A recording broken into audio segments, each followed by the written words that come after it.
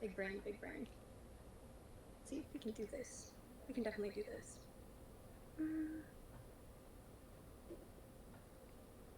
Sorry.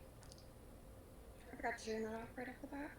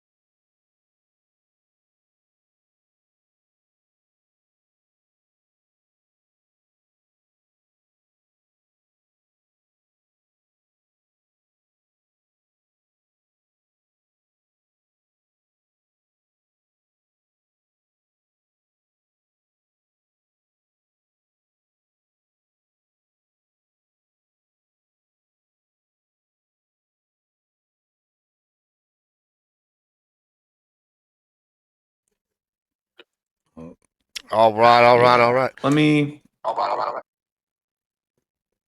Wait. Now it's doing it again.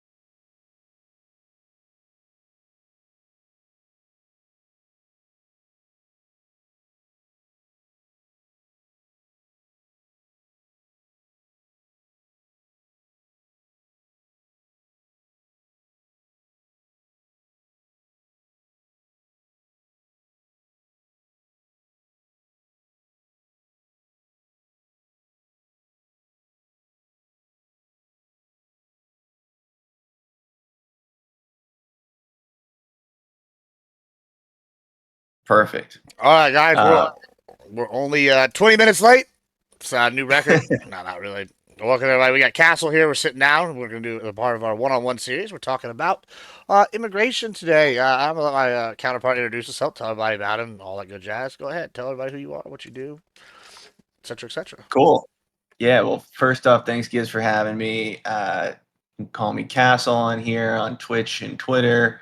Um, Basically, been into politics since college, which feels like forever ago now. Started streaming about a year ago. Tried YouTube, as well, making some videos on YouTube for about a year. Took a little bit of a break this year, mostly just been observing what's going on in the political space, but have been watching streams too, including Gibbs here, a mutual friend of ours, and some others in the space. So just keep my tabs on it, and just always been interested in debate. I'm definitely one of those folks who considers themselves more on the moderate left. So I always like to take a chance when I can to talk to people on the other side when possible, just to see if there's common ground or like where I believe I can have a debate on an issue where we might be on polar opposites or close to an agreement on something, just to see if we can get anywhere by the end of it. So yeah, I know Gibbs and I have been also on panels in the past. Um, in different types of atmospheres where the debates are a little bit more crazier, funnier, things of that nature. So, yeah, I'm not really as familiar with that type of debate, but always looking to see where folks can find common ground. So that's basically it. Yeah, I mean, the ones we have been on have been very, let's go like short, blood sportsy, not real conducive Yeah. to real convos. But we're gonna have one today. I think it'll be good. So, what is your stance on immigration? You said you're a moderate lefty. What are your thoughts overall on immigration? I feel like mine are pretty well documented. I mean, I want secure border, reform of some sort. But what are you advocating for? Yeah. So I think based on what Tyler was telling me, it seemed like you were a pretty strong advocate for, and you tell me if I'm wrong, and Sure. we'll see where we can go from here. But Oh, I'll tell you. what the current administration is doing with the border or immigration in general is where you stand or how you agree on how immigration should be settled or solved. And I think from a liberal perspective, the way that we take care of the border right now, or at least how we have under the Trump administration, is more something akin to short-term gain for long-term pain, I guess I would put it. And so what I think my stance on the border is more akin to wouldn't be something that Biden had done in his presidency, but something more akin to what Obama was doing, where we were still deporting a lot of folks who were coming in illegally, but we were also giving a lot of folks chances at staying in the country if they've been here long enough. And, similarly to what we've been doing with DACA kids, if you've been born in this country or if you were a kid who was brought into the country, you should be allowed to say, considering you've been to college, you have a job, so on and so forth, you're a productive member of society. And so that's where I kind of view immigration. I'm more to the left than you, obviously, but that's where I kind of come down on it. And I think immigration in general is a net benefit for sure. I don't know if you view immigration just legally as a benefit, or if you believe all immigration is a benefit or not. But I believe immigration as a whole is a benefit to the country as well. Yeah, I mean, so I guess we'll start with I think maybe we'll see. Let's start with border. Like I know a lot of people like to break it down into border security and immigration being separate. I think they're intrinsically tied. I know a lot of polling does that. Uh, but I think I think an easy starting point is border security, and then we can move into the nitty gritty of like the actual specifics of immigration. What are your thoughts on border security? Are you a fan of like I don't know the wall per se? It's not literally the wall, but what do you want like the rock solid security border? Do you want like want a porous one? Do you want like and then like less money spent on the security? What do you thinking about the security issue aspect?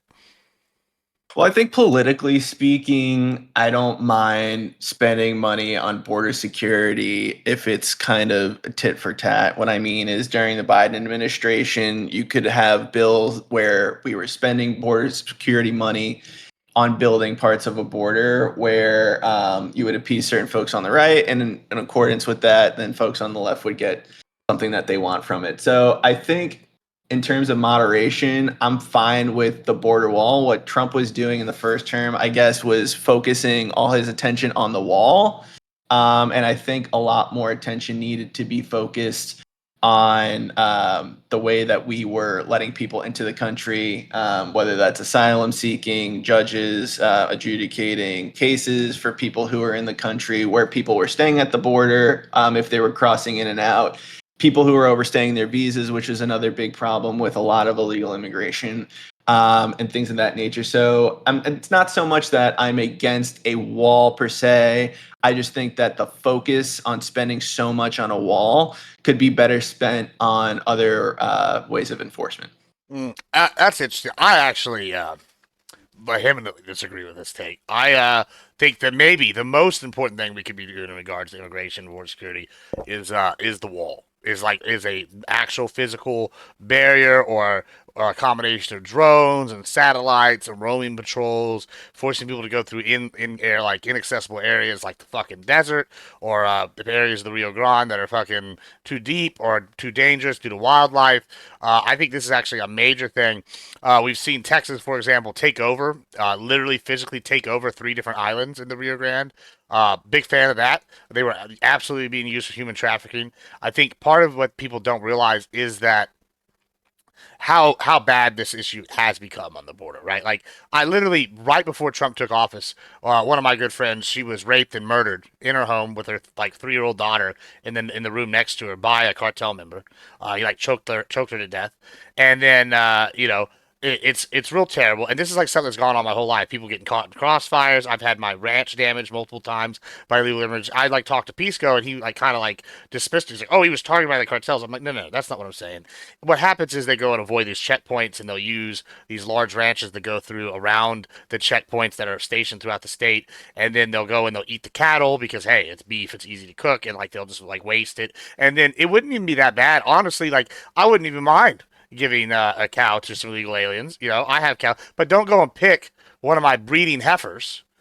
Pick like the 2-year-old steer, right? Like that's already been castrated. Like that's the beef product. That's what you don't pick the breeding heifers, right? Like, but they don't know this, so they go and they just kill whatever. They don't care, and it ends up being like long-term damage. Like one cow in of itself is like a couple $1,000s, right? But like when we talk about the long-term impact, you killed a breeding heifer. That's major, right? And so when I'm seeing here sitting this, it's crazy to me that people like we want to talk about reform when I can look at like Shelby Park, which had 1,500 illegal boarding crossings a day, and now is down to 3 a week, right? Because Abbott went and secured the border even before Trump did, and then Trump comes in. And when people talk about reform and what, yeah, I agree. I think we do need immigration reform. I actually am one of the people on the Republican side that advocates for making it easier for people to get here, right? If you want to come here and work, hell yeah. You want to come join the military? Hell yeah, let's give them pathway to citizenship. Let's give them visas. I think we need to reform the asylum process. I don't think you should be able to claim asylum just because you were in a gang in fucking Honduras and then a different gang wants to kill you and they're better at it than you. Like that's not a reason you should get to come here for asylum. There's a lot of that. I've worked in Haiti. I've been to 66 countries doing mission trips, like Peace Corps work, not Peace Corps, but like similar style work to Peace Corps, like where you're doing like helping the native populations with building fisheries or whatever. So I've like seen all this. My dad's a military contractor. I've got to go to countries with him. I worked for like the government for a while and then got to go to some countries like Lebanon and whatnot with that. And so when I'm sitting here seeing this, it's ridiculous to me that somebody can the asylum system how you can just go on an app and apply and that's a legit like due process thing. I feel like that's ridiculous, right? However, like I said, I do want reform where people should be able to come easier, but we're not going to get that if we don't get security. And y'all, you mentioned Obama. Well, Obama and Biden's numbers both are like inflated, right? Yeah, if you're having all these people deported or whatever, and then you're just really flying them to a different area, which we know they were doing, and then just letting them come back in. My like real father's an illegal alien, right? Like I'm adopted. He's an illegal alien. He's got a 3-time felon in Mexico for like terrible crimes. This is not somebody we want coming over here, right? But like under Biden, not a problem, right? Like, and so when I look at this and people say they want reform, I'm like, nah, the security needs to come first. It's kind of like this analogy I keep coming back to. Say you have a boat with a hole in it, and I give you 2 options. You can either patch the hole and you can have one little fucking Sonic cup, and you can dip out the water that way. It'll be slower, but at least the hole's fixed. Or I can give you a giant bucket and there's no fix for the hole. And so you can keep dumping out large quantities of water, but it's going to keep coming in. And I think that's kind of where we're at. I mean, do you disagree with those kind of statements here? Not necessarily. I mean, it was a lot, so I'm just trying to. Yeah, I was trying to like rephrase frame the it. combo. Yeah, I apologize. Because I think your background is interesting because I don't know the context here. So you live in Texas, I assume, or Yeah, Texas. I live in San okay. Antonio now, but my ranch is further south. Okay. And I feel like if you live on the border, which a lot of people who live on the border have obviously Very bigger strong gripes feelings. with how immigration is done because of how close they are to the action. It's different than the perspective of somebody who lives maybe in Washington State or Chicago, or I'm in New York, for example. But I also understand that in New York, or you also understand this too, New York wasn't immune from immigration during Biden either. We had a ton of immigrants who were claiming asylum come to the city and were staying in hotels and places all over. We were spending billions of dollars trying to find a way to help them and house them and feed them. And it cost a ton of taxpayer money. And instead of paying folks or using those resources on ourselves, we were trying to help folks who were bussed in here from Texas or other states like Florida, to help reconfigure them. And I'm all for helping the poor and needy, but especially after COVID, when a lot of this was happening, a lot of folks here in the US were struggling already. And so I understand the argument. And I think the one clear admission I could make from the Biden administration that was a failure was their immigration policy. And I think that when you look at what's been done now compared to what was happening under Biden, there was a Emotional clear, outbursts. clear separation in terms of people who are crossing over and people who were coming over for 3-4 years ago. So I totally get it. And I think where I'm coming from now is that the people who were sending back, for example, even flying to like El Salvador, or flying them back to these countries that they're not from or they haven't lived in some time, or they weren't even really raised in, or if they were catching people who are already citizens of the U.S. and we're confusing them with folks who aren't from here.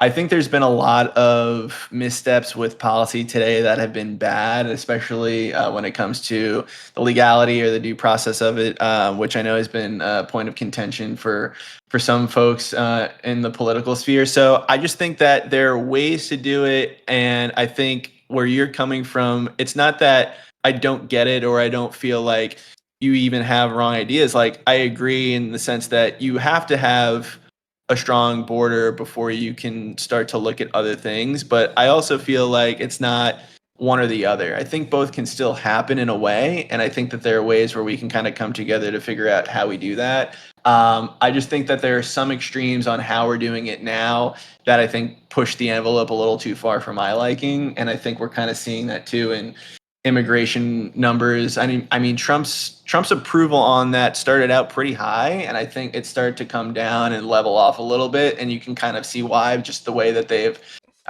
been touting their policy, and even some of the ads that they're doing on social media, which are a little bit tough to watch sometimes. So I think that there are just ways that they can do it better, that I think we can maybe agree on. Yeah, I mean, I find that interesting. I mean, well, this is kind of funny that you brought up the New York, right, having the issues with migrants, right?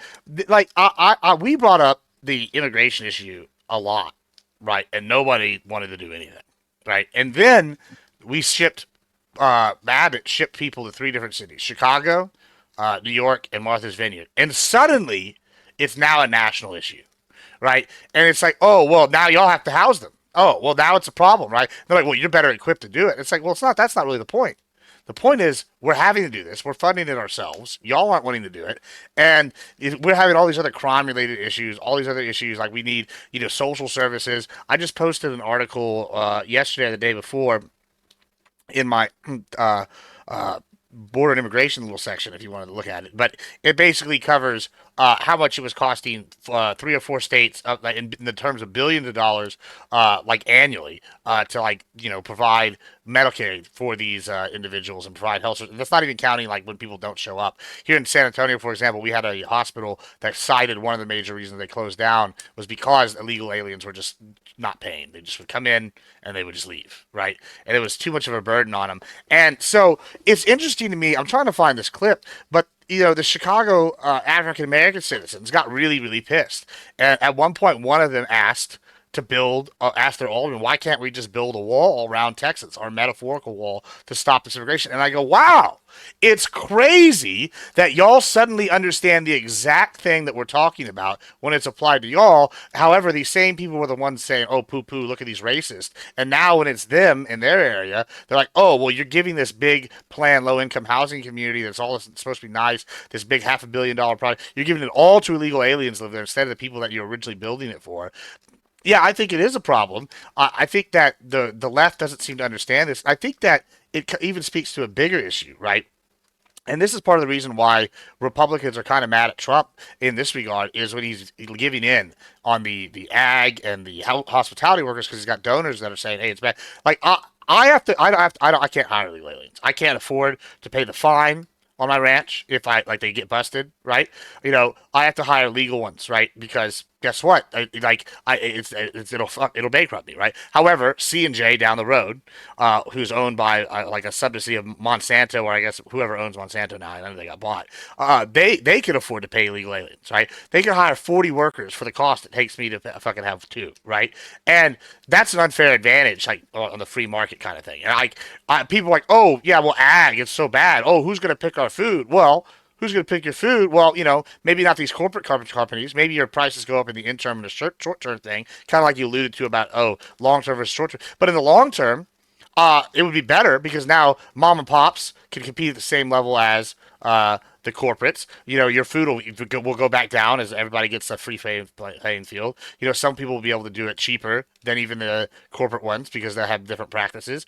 It's just crazy to me that this argument is the same argument the left is making from the 1860s. Like, oh, well, who's going to pick the cotton? Well, who's going to pick the food? And they're arguing for slavery and they're trying to sell it as a good thing. And then we find out, oh, well, the census, takes into account all these illegals, and it gives congressional seats, and it seems very nefarious. It's like, oh, we're definitely putting these people into indentured servitude to where they're like relying on us through our social programs. We're not paying them enough to get by, so they have to rely on the social programs.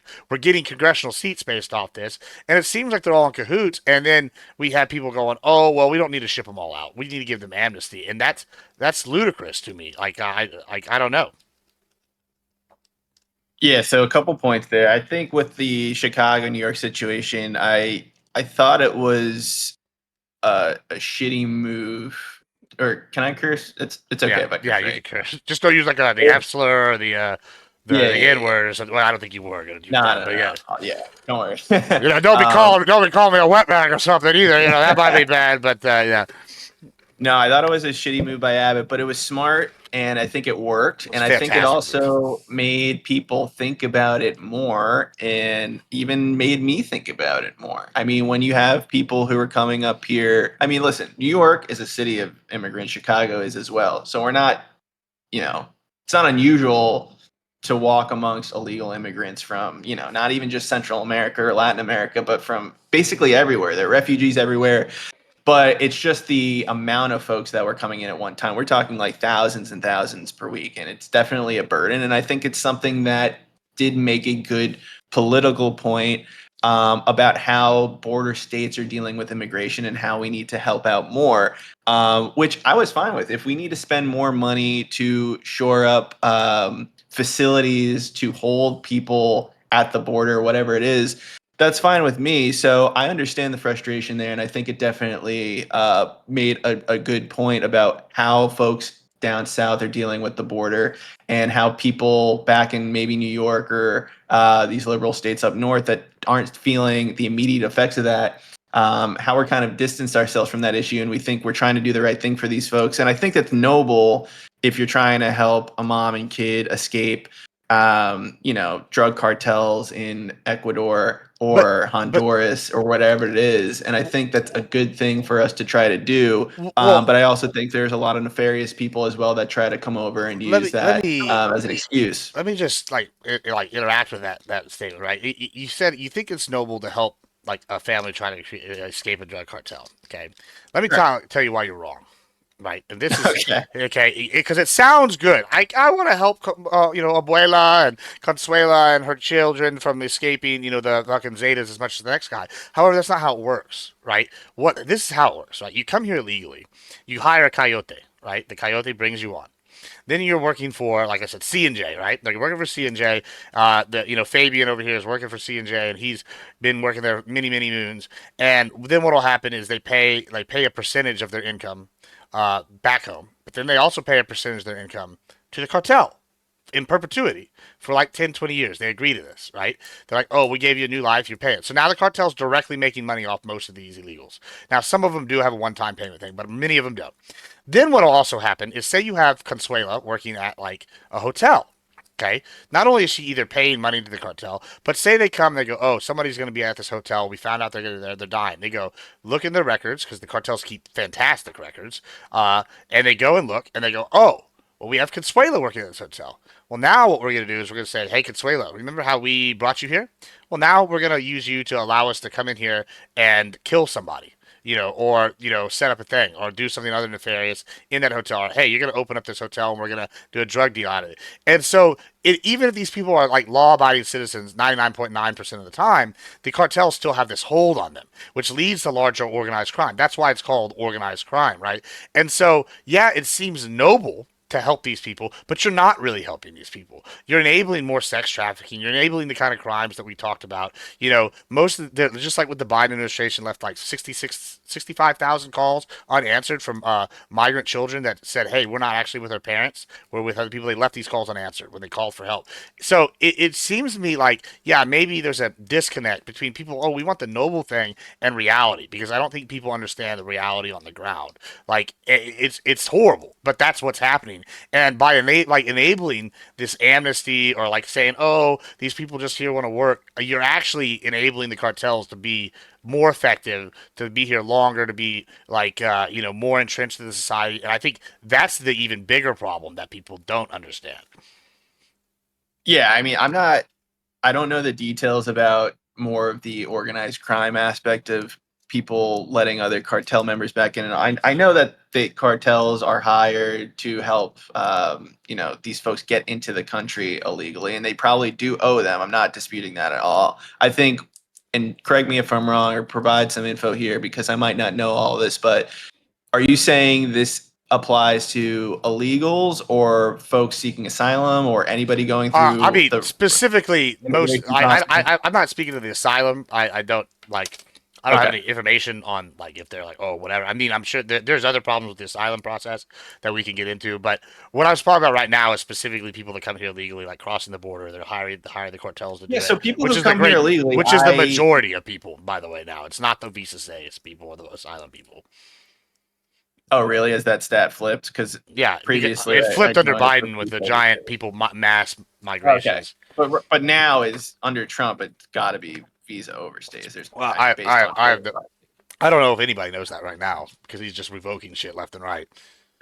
So I True. mean, No, but I would be real surprised if anybody actually knew that information right this second. yeah, but to your point, I'm not for illegal immigration. I've never been for illegal immigration. I think if you come into the country illegally, you should be deported. I think where a lot of the argument comes into play is with asylum seeking, and you mentioned it earlier about people who their claims to asylum and why they're coming to the country. Like if you have a legit claim or if it's an illegitimate claim, and I think that's where a lot of people were arguing about the amount of folks Biden was letting in, and a lot of them were coming in through this asylum process that was rushed, and I think there needed to be improvements there for sure. And so I think that's like a main thing for me is if you're coming into the country and you're looking for economic opportunity, is that different than if you're coming into the country and you are under assault from a gang, or if you had been a political martyr or anything like that? I don't know if you have an argument on whether or not one is better than the other and we should let one person in over the other. If you think if it's asylum, it's a legal way to enter the country, everybody should have a fair shake. If they are a not a criminal or have any indiscretions in their past, and they should have the opportunity to come over based on their claim or not. But I don't know where you stand on that. Yeah, I mean, so that's interesting. I'm gonna preface it with kind of going back to the first convo that we were just having, and then come back to this real quick. Really a big problem with this is with the gangs, right? Is like Trump brought up in his debate with the cats and dogs thing, and he mentioned Aurora, Colorado, and then he mentioned, I guess I forgot the other city, and he's like, "Oh, they're eating the cats and the dogs, right?" And I wish he hadn't done that because people now use this as a weapon against him. Because what he could have done, I think Aurora was fine, but it was the cats and dogs. He could have actually said, a place where they are doing this, right? Which would have been here in Texas. Like I have on my ranch, I have photos of one of my cats being killed. Like it's dead. Like it's not, it wasn't like a pet. It was like, one of just the farm cats that we have out there. Yeah. But it like, yeah, it was killed. I don't know if it was eaten or not. The cow was definitely eaten. That was next to it. But they killed the cat. They killed the cow. I have like, well, they've killed multiple cows. I have photos of all that. They're pretty gruesome. I'm not gonna share them now. But if anybody wants them, you can have them, I guess. But yeah, it's pretty gross. And so when people are like, oh, it's racist, I'm like, well, if we look at like Trin de Agua, which there's a new gang who's being more violent than a lot of the cartels because they're trying to establish themselves. Here in San Antonio, there was an apartment complex. It was low income housing, and they took it over, and now they finally kicked them out. But it took them so long to get rid of them that they ended up destroying a lot of the complex, and the complex had to close. So now 400 people that were in low income housing lost their houses and are now basically homeless, and are lost their apartments and are now basically homeless. And it's like, well, these people complain and what is done, and people are like, well, whatever. It's not that big a deal. Now this comes to your asylum thing. That wasn't necessarily asylum thing. However, the asylum part of that was the cats and dogs thing. I do have concerns. Like, okay, look at like Haiti, right? Haiti is basically in the midst of a civil war, and it's a civil war literally between the gangs and its government in exile, right? The Mhm. gangs have formed, whatever, and the gangs are actually working with the U.S. government more than the government in exile. Like they are guaranteeing protection for troops leaving, people leaving the embassy, the U.S. embassy. They're guaranteeing travel for people, as long as they want to leave. The gangs are allowing it for the most part. There are reports of like cannibalism. There's some confirmed, some unconfirmed. I've seen people say it's a hoax. I've seen people like videos saying it's not. It's wild. Now, the problem I have is, say I leave Haiti, like and I'm a Haitian, and that might be actually okay. We're leaving because of the violence. That's one thing, and then I'm probably okay with a gang you leaving because the gang is like, oh, it's in my neighborhood. They're fighting house to house. They don't particularly have any specific reason to kill me, but they're what I do have a problem when people like this guy like Brego Garcia, right? The guy is like, oh, I'll go anywhere except El Salvador. Then we send him to El Salvador, which yeah, sure, that's a problem, but the bigger issue is why does he not want to go to El Salvador? Not because the government. It's because other gangs that want to kill him because he's actually a known, human trafficker and a member of a different gang. Why are we giving one gang member a asylum, claim, and we're giving another one that we're saying no, these guys are, they're going to kill him if he goes back? That's ridiculous. We should just because you were in the cartel, you don't get asylum. Now, I will say exception. Oh, why are we bringing El Chapo's family here? Well, guys, that's a misnomer. That's fucking ridiculous. They're coming here and we're giving them plea deals because they're going to rat on other El Chapo family members, which is in the like people are like, oh, well, they're giving it, and I'm just preempting that because I already know someone in my chat has already messaged me privately about it. But yeah, it's like it's dumb. That's a dumb argument. Don't make that one, folks. Like if they're coming here on like a plea deal, that's different as well. And that's not what we're really talking about. But yeah, I do have a problem with some of the asylum. Just like, oh, we're gonna make an app and anybody can claim asylum. That's not what asylum is supposed to be done. I'm almost of the opinion we should leave the asylum treaty at this point. Like luckily the United States is a different history with immigration. We've had people that have come that are similarly cultured, like throughout our history. I mean, maybe not like for the natives, but for like New York, we had the Irish. They came in, they worked. The Chinese, they came in from California and they wanted to work. Yada yada. Most Latin American people when they come up here, they want to work. Excluding the Chinese, these are all people with like, yes, we were Protestant based for the most part, but they were Catholic, and then Catholics came in a large religion here, and it was culturally similar. I'm not even like an ortho Christian bro or like a super Christian bro, nationalist kind of guy, but like having a similar culture is good. Like the Hispanics are mostly Catholic, that they plug in well, they want to work, they want to be Americans, yada yada. Now that's different than what's happening in Europe where they're bringing their culture, they're changing the natural culture. Like in Europe right now, something like one out of 72 kids in the Europe that are white don't get to go to school because their spot has been given away to an immigrant. Like that's a problem. And then we're seeing all the sexual assaults and whatnot. Luckily that hasn't been here as much, but it's coming, and that's going to come because of the asylum process. We're seeing that already in cities in like areas like Michigan, for example, where sexual assault crimes are on the rise. Yeah, so I think with asylum we can maybe get to maybe like a partial agreement on who and on how we're vetting folks. Like for example, mentioning folks maybe in Haiti who, I mean, if you think about it too, in some of these places, and I'm not excusing it all, but in Haiti at least, it's either you're for the government or you have to join a gang, and I don't think that's like fair to say, oh, you were in a gang in Haiti. It's almost like, Yeah, I well, think if it's Haiti's the not that, exception. then yeah, you're gonna get killed by the government. So like, it's one of those tough situations where I think there could be some exceptions. And again, with Abreu Garcia, like you said, the problem with him was first off, he was admitted into the country on an asylum claim, but he was extradited to El Salvador without. He was never really proved to be in a gang, was he?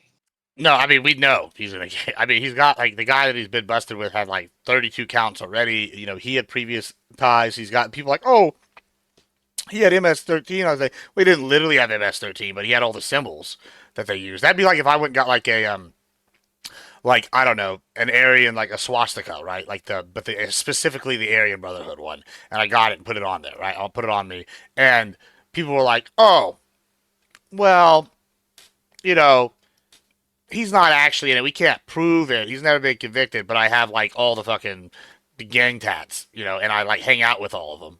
Like, is he really part of it? And then we have I evidence know. that he's been doing it, like doing trafficking for a while. He's like the U.S. side of the Coyote network. But I think if we have proof that he's literally human trafficking folks, then we should bring it to a judge and we should have him removed from the country. I think that's just the way it should go. I don't think we can just assume, oh, he had a marijuana leaf on his knuckle and that's part of his gang Yeah, sign. but he's That's already been like arrested for with driving the vehicle of a known trafficker with people in the back. in the US. Yeah, that was like a thing that we already had happened. So he was associated with other people who have been arrested. Yes. Right.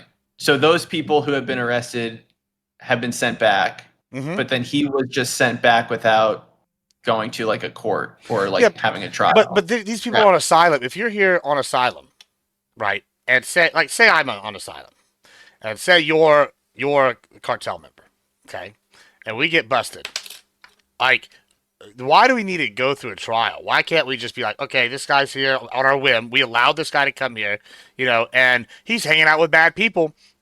Maybe you're gone. Like you don't. We're revoking your invitation. It'd be like if you're at my house and I had invited you because your girlfriend died and we were friends with your girlfriend. And I said, hey, come on over, whatever. And then you start taking a shit on my floor. You know, can I kick you out for that? I think so. Like Yeah, I think that's why people have frustration with uh the way we've been doing immigration is they want to see a mass exodus, and I just don't think that's a good way of doing things. And I get to your point, like even with Abreu Garcia, I'm not arguing that he's a good person. I think he's been like it's well known, like he was a wife abuser or something of that nature. Had domestic problems with his wife in the past. So I'm not defending him as a person. I just think his issue is more of a due process piece. But either way, kick him out or not, I think that there are a lot of people who come into the country using asylum for good. And I think that if we look at people, especially even if you talk about folks who are in the farming industry, right? You were mentioning how they work for these big conglomerates who are getting paid less and then they get to profit off of them. If you're working as a farm worker and you came over, 10, 20 years ago and you're living and you're working, having a job, you create a family, I don't know what the argument is for them to not become citizens if they came here so long ago and they're living productive lives. I mean, they are helping benefit the US, they still pay taxes. And so I think that's where I struggle to figure out like, why would we be targeting these folks instead of folks who are actually dangerous, instead of using them all as one and being like, everybody who came in here has to get out. And I know I did mention for illegal immigration, I'm totally for deporting everybody. I think I'll make an exception in that statement where if you did come over here like 20, 30 years ago, there's got to be like a statute of limitations where it's like, if you've been living a normal life for 30 years, it would kind of suck to just be uprooted and have a family here that are legal citizens, if you have like kids who are living here or a wife who's American or whatnot, and then be uprooted, thrown out of the country just because you were found 30 years later for breaking the law. And I know you are breaking the law, but I just feel like there's a better way to keep that production here, and have those families stay intact, because I know once you get a mom or a father ripped away from you, it definitely is a tough thing if you are here legally as a kid. Sure.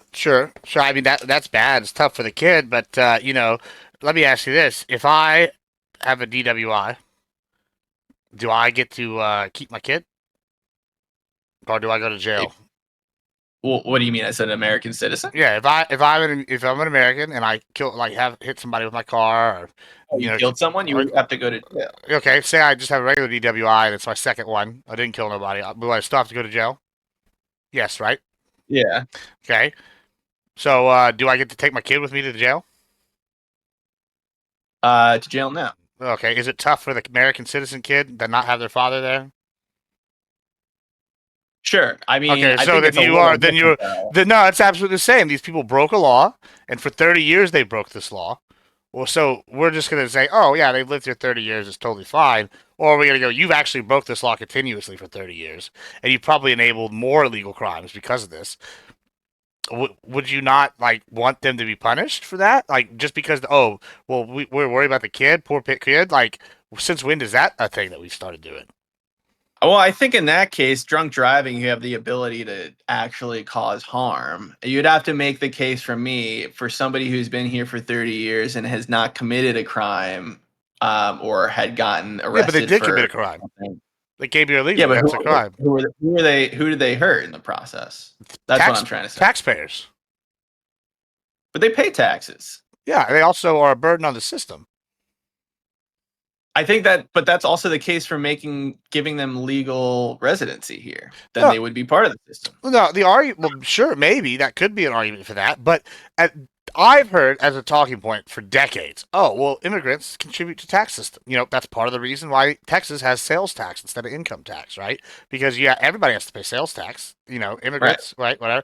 However, and I think that's probably a smarter way to do it. However, recently we found Texas has put out a study. I don't have it available. It's in my fucking Texas news storm somewhere. I put out a study saying they got questions about. Used to people said immigrants didn't cause as much crime. Well, now new reports are saying, based off Texas arresting people, that's actually not true, right? So actually, it looks like criminality might be related to immigration. And two, the medical system has a massive burden that the U.S. government has to fulfill in a lot of these cases, more so than the amount of taxes they pay. So that's a net negative. But that was not the narrative up until like about a year ago. Now we're learning, oh, okay, now that these people are gone. And then finally, Los Angeles, for example, and New York are having. Well, I don't know if New York has this, but New York reported first time in over like years that they didn't have any murders on the 4th of July, because 4th of July, people still shoot fireworks. It covers it. Los Angeles is having the lowest murder rate uh, in months. Ironically, it's the same time as after they started doing the deportations. Is it coincidence?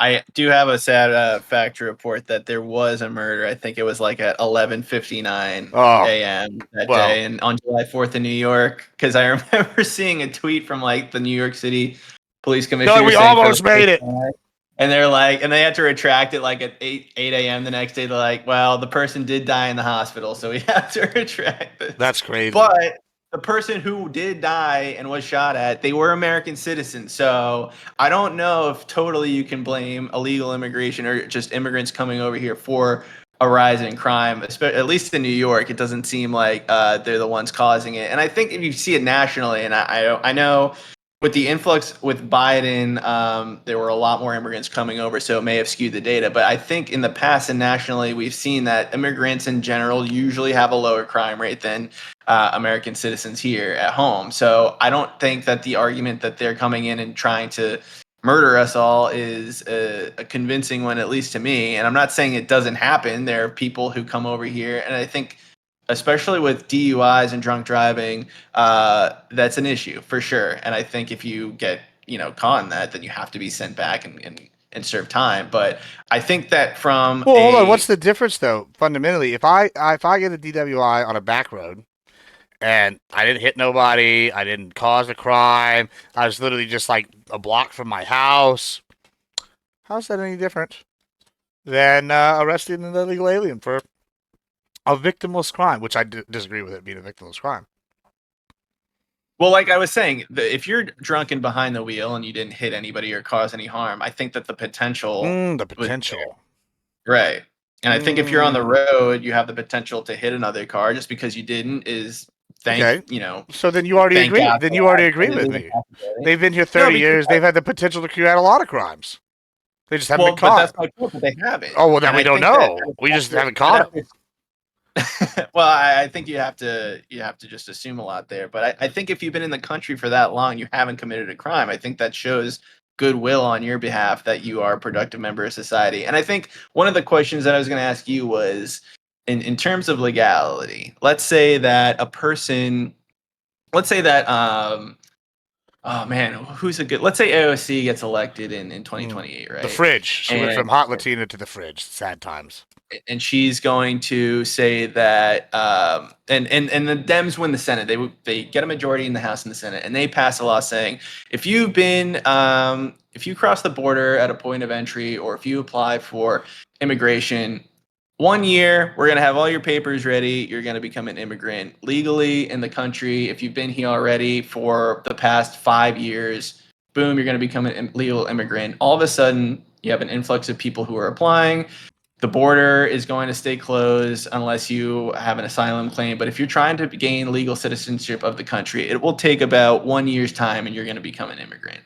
Would that change how you view immigration? So, do you want legal immigration or do you want legal immigration done a certain way? So you don't know this, but I offered this as a solution on some panels, many panels. I offered this solution, right? It's like, so my solution was I want the most secure border on both Canada, the South. I want both sides of the U.S. with the fucking river or oceans. I want fucking submarines. I want goddamn satellites tracking people, drone strikes on people if they make it like onto the Rio Grande. I want a bird to come down and blow them to hell if they got 50 kids. I don't care. All of them got to go. This is what I want. Now on the flip side, I'm willing to give every single person here amnesty. All 30 million, 20 million, 40 million, whatever number you want to use. We'll give them all amnesty.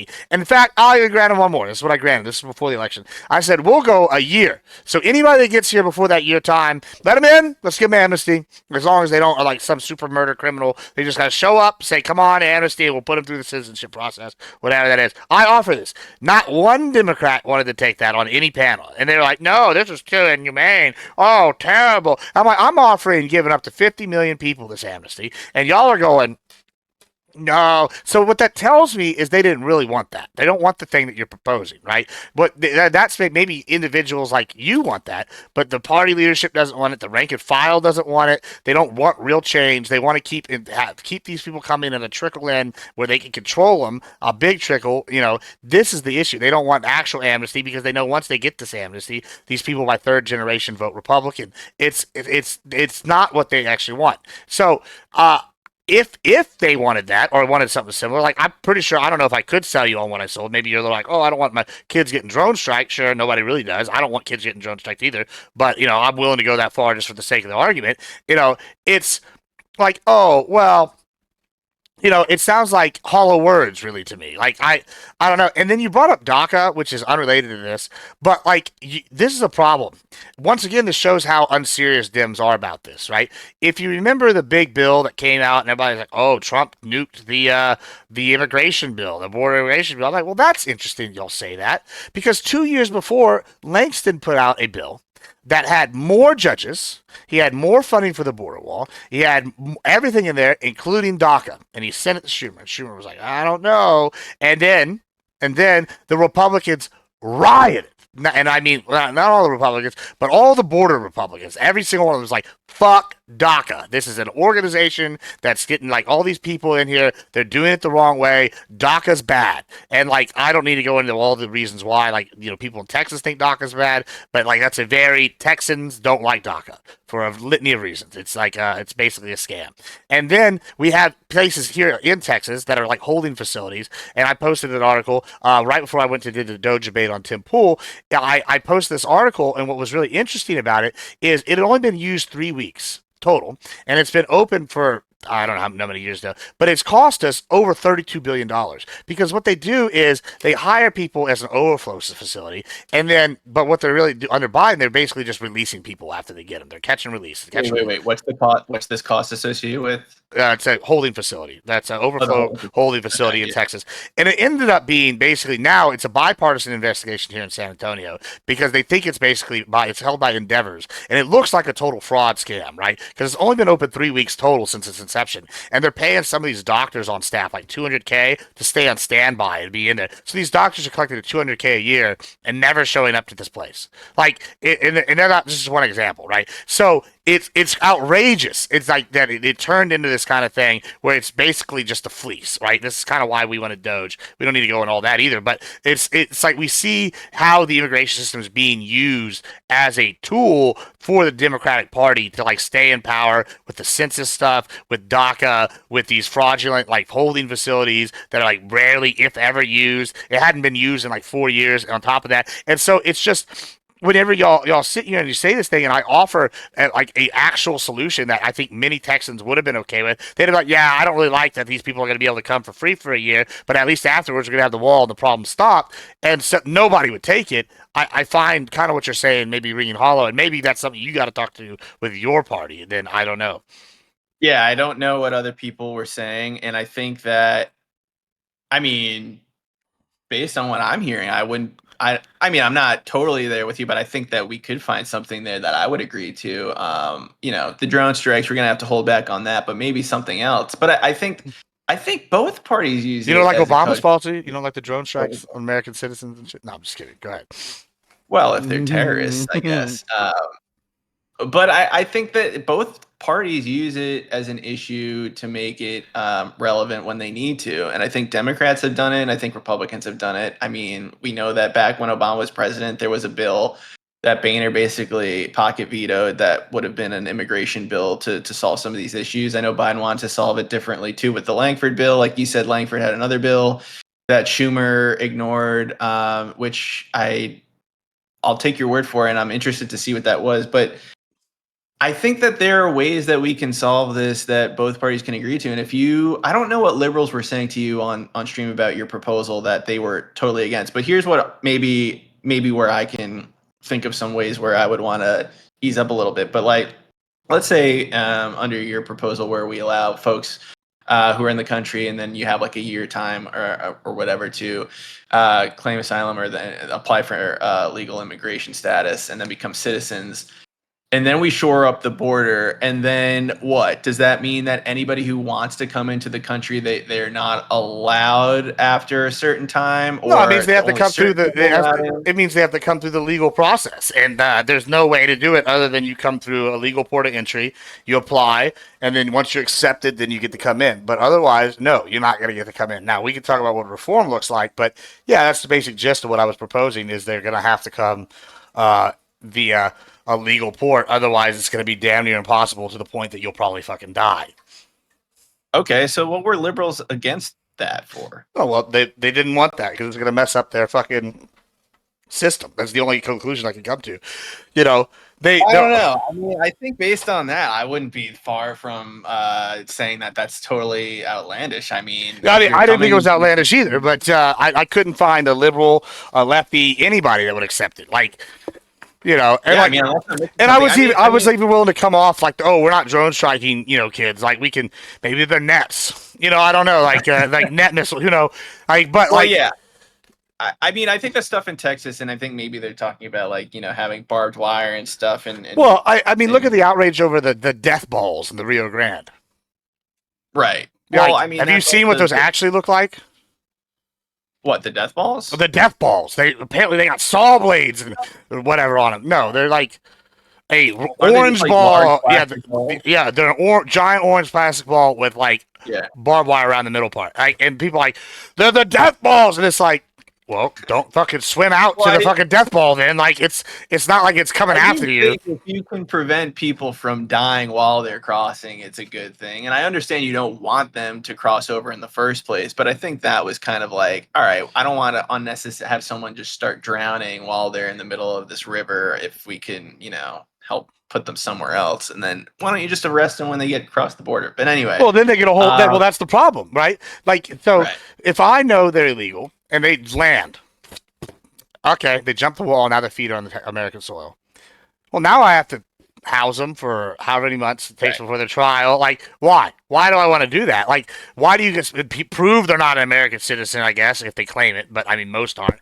But like, then if you don't, if you immediately like, oh, okay, they landed, they're legal, they're a Mexican citizen. Like, it should be okay, cool. You get in a truck and we just drive you right back across the border and you're there, right? Instead, it's like we got to go through this process. And if you don't do that, people start screaming, "Due process is being violated," when it's really not even due process being violated. It's like, oh, well, the process y'all established that was fraudulent isn't being followed. Now we're doing a new process, and y'all are saying that's not due process. Yeah, well, that's where I think the reform, if you want to reform that process, I think that's what Trump's trying to do, but he's trying to work around the courts because he knows they're a pain in the ass. And I think with Stephen Miller and his administration are trying to do, they're like, how can we get as many bulk people out as we can, as quickly as we can? And I think they're rounding up people who shouldn't be part of that, which I think is why it's a little hastily done. But I want to ask one real quick thing too, was, you mentioned how illegal immigration and the way that it's done now is like what Democrats don't want to change. But then you also mentioned that folks who come into the country, and let's say a second or third generation of them, are voting for Republicans, which is true, I think, if you look at the data. So why do you think that a lot of Republicans, or at least Republican voters, think that illegal immigration is a Democratic scheme to get Democrats elected? Well, it's simple because they already have their bases, right? And part of the reason why Democrats are scared is because those bases have actually started moving, especially under Trump. Like, African American voters voted for Trump in larger numbers than ever before. Hispanic voters voted for Trump. Muslim voters voted for Trump larger than ever before.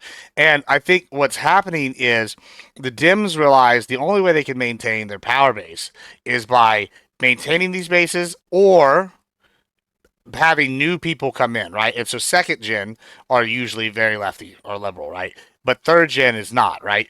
And so what you're seeing is that means we always have to have new people coming in at a rate, whatever that's going to keep us in power, but like not too many to where it totally collapses us, kind of thing. Like, because that would defeat the purpose of what they're trying to do. So it's like, yeah, if they're switching to Republican in a lot of cases, then we need to have new people to replace those people. And those new people need to have kids, so we at least have 20, 40 years of power. Yeah, but in terms of who's coming in, they're claiming that illegals, I mean, illegals can't vote in federal elections. But they could give you congressional seats. Well, your argument is that the amount of congressional seats that it's changed in, like, let's say a place like New York or California, but those places have lost electoral votes over the years due to population. But if we So I get don't even think it if we get rid of matters. them, for example, if we get rid of them, did you know Texas would gain 4 seats and then California would lose like 4 or 5? Is what I think the newest estimates are at. Like, that would be massive. That would eliminate 2 states as swing states that are like, you know what I'm saying? Like, so I think Yeah, that yeah, the yeah. dim and that's not even counting redistricting, which is the new fight that they're all having. Part of that though is like, and I'm not saying this is everybody there, but if you have somebody who's living in New York who's a green card holder, for example, you don't have citizenship in the U.S. You can't Well, New vote. York's interesting. New York and some cities are actually giving green card holders the right to vote in local elections. You don't think that's a problem? Well, I was just about to say, like, if you have a green card, for example, and you've been living in New York City for, I don't know, 10 years, let's say, um, why shouldn't you have a vote for who's going to run the city that you live in? Because you're not a citizen. Yeah, but it's like your kids go to school here, you live in the city, you work in the city, so why shouldn't Yeah, you you're be at able to you're here choose at the your own city. You're at the food? here at the behest of the people. Like you're lucky that you get to live here. Like you don't get to have a. That's like if I have a house guest, right?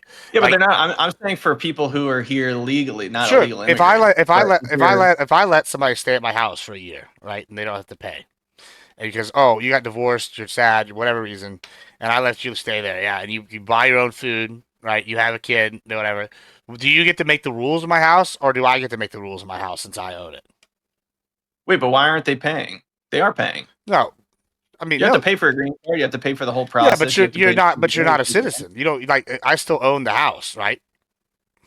taxation. No taxation without representation. Yeah, but they're They're not paying citizens. taxes. They're They're not, paying rent.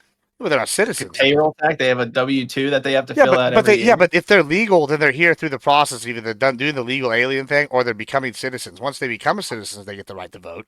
But you're until that point, you're a guest.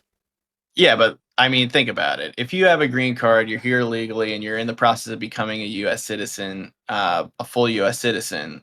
On day 364, you're not. On day 365, you are. That's the way it What's the should be. difference between the one day? I Well, mean, one if day you're you're a living in the citizen, one day you're not. Like I mean, I that's know, a but it's pretty like big difference. it's kind of arbitrary, though, right? There's No, it's nothing not that's arbitrary at changed. all. Like okay, There's nothing okay, that's well, changed other okay. than somebody saying, "Okay, you've hit your mark in the ledger that you're now an officially Well, I'll give you citizen." an But example. nothing has changed. Nothing's changed in your life. Sure, Still I'll have the give you an same example right here. job. Okay, if I'm a lawyer, if I want to be a lawyer, I go to law school. I finished law school. Now, I on day 360 whatever or day whatever, I haven't taken the bar yet. The next day, I take the bar and pass. Should I be able to go practice law the day before I take the bar test? No, Oh, okay, cool. Then you agree with everything I'm saying. but that's not. You're not becoming a lawyer. I got 2 doctorates and I am in law school, so yeah, what do you mean? Like, it's the same thing. I can't go legally practice law right now. Like, this person's going to go, oh, I'm going to be a citizen. They have to pass a test the day after they pass the test. They're whatever. How is that any different? Well, did you take a citizenship test? Well, I'm a citizen. I was born here. Right. So the citizenship test is kind of another. Well, I mean, now you're making the people who- argument. Now you're making the argument that we shouldn't have anchor babies, which is an interesting argument. I mean, sure, but like that's a whole different debate right there. But like, if you're born here, you get citizenship. Right, but you don't have to take a test now. You're saying that somebody who's been living here for 20 years, who may even know more about the U.S. Constitution than someone who was born here, now it has That's to tough prove that. titties. Yeah, but that's why I'm saying it's so arbitrary on how we decide who's illegal and who's not and who gets to vote. And I'm not saying that these people should vote in a federal election, but I think in a city of so many people who are immigrants, who are deciding on, who have decisions that are basically decided by the mayor of the city that they've been living in for so long, I think that they should have that choice to be able to pick. Their kids go to school here, they pay tax, they have a job. Like it's basically Well, all hold the on. things that a regular citizen Kyler in the chat should brings have up the official a vote. good point. Okay, I mean, you're making the libertarian argument for the age of consent right there, though. Like, I mean, like, okay, what's the difference between they're 17 and 364 days and they're 18? Like, I mean, I'm it's a, not getting into I mean, that. but I mean, it is arbitrary, right? Like, is there really a fundamental difference in 24 hours? Like, no, but like, yes, Right. like, In a way, I think there's more of a moral argument on that issue than there is for. yeah, I for mean, this we one. don't need to dive into the nitty gritty of, Yeah, yeah, yeah. vetoing, but No, like, but I mean, I guess there is a similarity there. Yeah, for sure. I think, and that's why I think in this case, we might not get to an agreement on this. We might just agree well, what to about disagree. what about something less bad? What about like a 20-year-old who's all right? This is actually a perfect example. When I would turn 21, the day before I turned 21, I was at a wedding, and we did the reception, and then everybody at the wedding went to a dance concert. It was Kevin Fowler concert, and I went there and like. I'm hitting on this like 40-year-old MILF. I'm hitting on these other people. I'm like sitting here, and so I'm with this 40-year-old woman, right? And I'm trying to riz her up because I'm like, damn, this bitch is bad. And I'm, everybody wants to get a cougar once in their life. And so I'm sitting here in line, and the guy looks at all the other people's ID who are all in their 20s and like late 20s, and then they get to her. And okay, cool. They get to me, and they're like, he's like, your birthday's literally tomorrow. I'm like, yes, like not like 24 hours like at midnight, but it's like 24 hours like so it's like 24 plus like a few hours, right? And I'm like, yeah. He's like, fuck it. And he gives me the band. I go in, and I was like, because I was gonna be the only one not drinking. Like, is there a fundamental difference there? Like, but yeah, no, I guess he allowed me, right? But like in reality, Right. he could have lost his job if I'd like drank a bunch and got overserved, or Right. other things if I like got in a wreck. Those are like there are real consequences to that, and I think that I think that there is a reason why it's arbitrary. It's what we've established. That's the rule, and I feel like we need to use that. And if we don't, then why do we have laws at all? Like, I mean, Well, I think to your point, like it's a law that you have to be 21. In New York City, at one point, it was a law that you had to be a citizen, and then they passed a law saying that if you have a green card, you'd be eventually maybe you can be allowed to vote in the city, and then that started to happen. I mean, giving out driver's license is another thing in New York State that was happening. If you were not a legal resident, you were still able to have one because they still wanted you to be liable if you got into a car accident with somebody else, whether it was your fault or not. So I think that there are exceptions, but when you come up with the legal case for it, and it's like, well, it's law now, then it's harder for you to move past that. I think if it was illegal for a green card citizen to vote in a mayoral election in New York, it'd be harder for me to make my case. But because it's legal, I can say, well, it's the law now. So what can you do about it? well, I mean, it should be challenged in the court, is what it should be challenged. I feel like it's the Dems once again using underhanded tactics to make sure they stay in power because American citizens are fed up. So now they're like, oh well, you're an asylum seeker. You got your asylum, now you get to vote because we've given you a green card. Yeah, that's ridiculous. I feel like you're literally eliminating American voters that don't want to vote like in the same way. Like, and now you'll have a socialist mayor. I think, to be fair, I think at the same Are time, you a ready to lot of them, live? Are you ready to a lot of live in them really Iran? don't vote anyway. You're about to Huh? live. You're about to be living in New Iranistan. Are you excited for that? Oh, well, I didn't vote for him, but But the illegals did. The illegals did. yeah, but that's what I'm saying. Like, I don't even think I don't have the stats, but I don't even think the folks who are here, not who aren't citizens, even vote in large numbers. A lot of them are legal who do vote in the city. I mean, it'd be interesting to see that bifurcation if there are a ton of people who are green But card like in holders who are local like elections, running you don't need elections. a ton. Like I think in like Corpus, one of the last elections was decided by like 23 votes. Like that's I could have In which rounded one? in like one of the local Corpus elections for like I don't know county commissioner or Oh, something. Like I that doesn't yeah, sound yeah, like yeah. I could go round up my drinking buddies and be like, hey, I can get us 23 votes. Like yeah, like and go to Yeah, well, in a place like that, I mean, I don't think outside of New York City, many other places even accept that if you're not a citizen, you can't even vote in those well, elections. So I don't California's know. starting to do it now. Some other states have got it. Like I think Michigan might Yeah, be maybe one. in California, I'm not as familiar, but yeah, like I don't think that you should be allowed to vote in a federal or state election with that. I just think I don't know for some reason, and again, it's just more of a subjective opinion.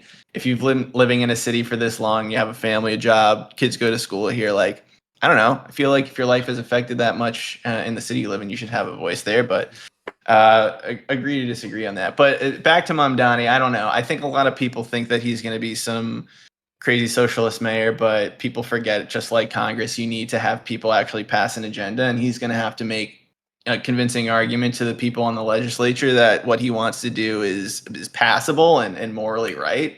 And I think a lot of his ideas are dumb, but I think people always overreact, and I think people, especially when they see his previous tweets and his past remarks like are kind of using that against him, and I think rightfully so, but I think he's also had to moderate a lot based on the course of the primary and how that went. So I'm hoping for the best. I mean, I have low expectations. Right now we have a mayor who was already been convicted of corruption and then had to be pardoned by his friend in the White House. I So I mean, think the bar is already pretty well, low. you said you agree to disagree. Well, it looks like the Supreme Court agrees with me, and they struck down the New York bylaw allowing them to vote. So Supreme Court was Wait, for which one?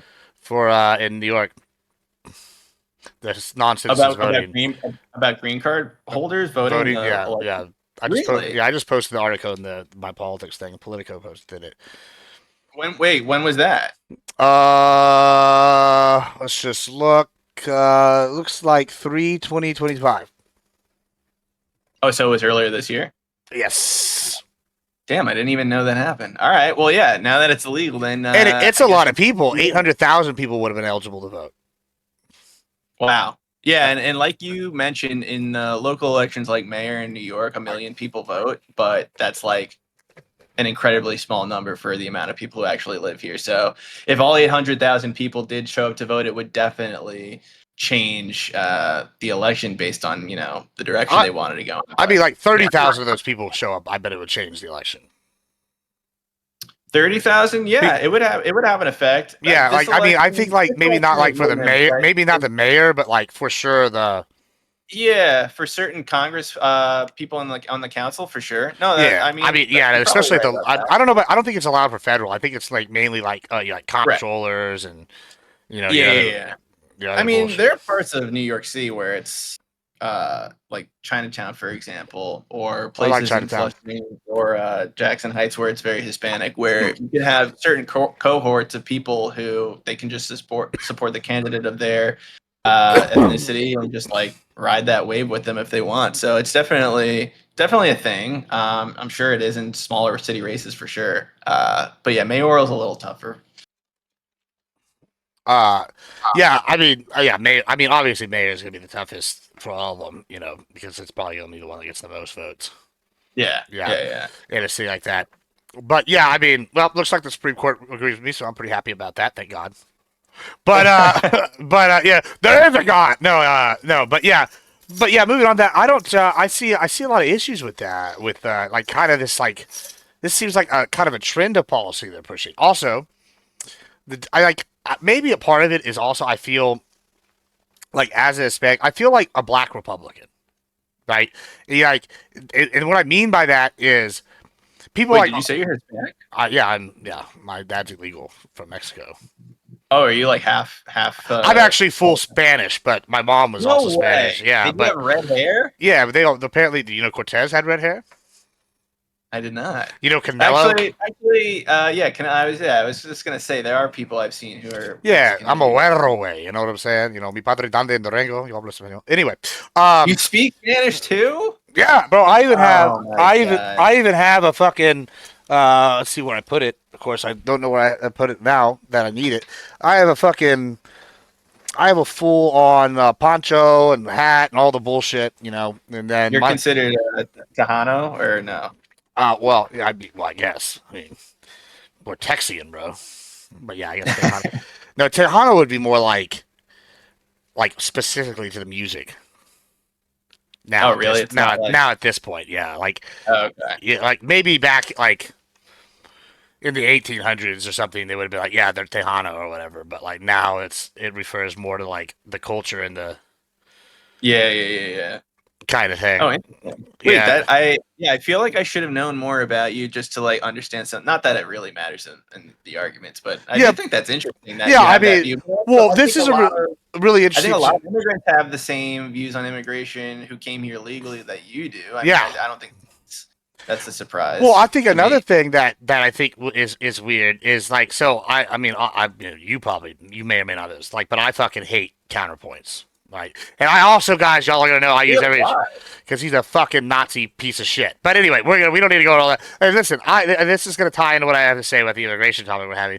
But like, I'm not white enough for the white people, and by the white people I mean like the racists, right? They're gonna round me up in maybe not the first round, but they'll get me in the third boxcar, and send me to the camp because they're gonna be like, oh, he's not a true blood, unless they start taking Spaniards as fucking, whatever, which they might. I don't know. I might get lucky on that one, but doubtful, because my parents immigrated from my dad is a legal immigrant from Mexico. But then, I'm also not brown enough for the Mexicans, right? Like they're gonna be like, I go somewhere, they're like, oh, pinche gringo. I'm like, no, pinche gringo, pinche güero. They're like, oh, señor. And like, there is a group of Hispanics, like ladies, that love it because they're like, oh, white Hispanic, probably rich.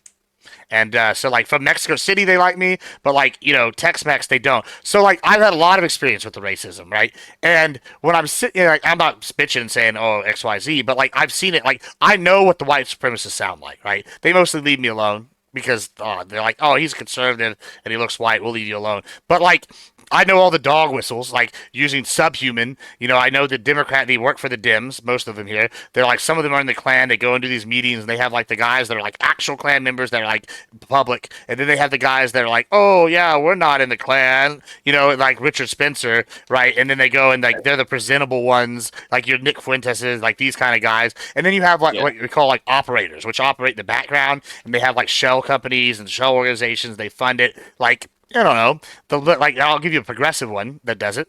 Perfect choice. Midas Touch. They fuck Midas Media Group, which owns Connor. They're not white supremacist, Jason, or as far as I know, but they're like an operator. They sit there in the background. They fund these guys, or they work with other ones. And I know for sure that fucker has worked with some interesting people, and he also uses all the white supremacy dog whistles, like subhuman, trying to call them people idiots, and it's like subhuman in and of itself. But whenever you like one of the plays is like I make edgy racist jokes, and then I advocate for this policy, and it's like, well, you actually are racist, and you're actually saying what you believe, but you're like, haha, jokes, hee. And it's like eventually, if you say it enough, people are gonna either buy it or not. I'm not buying, but he's been the like conservative they liked, which he wasn't conservative, but he was just grifting for so long in the DDG group that they like accept it, and he pushes this fucking narrative. Oh, I'm just edgy and making the joke. I'm like, yeah, but you make the same joke. Like, I'll give you an example specifically related to me. He knows I'm Hispanic. We've had this conversation, right? Like several times, Connor.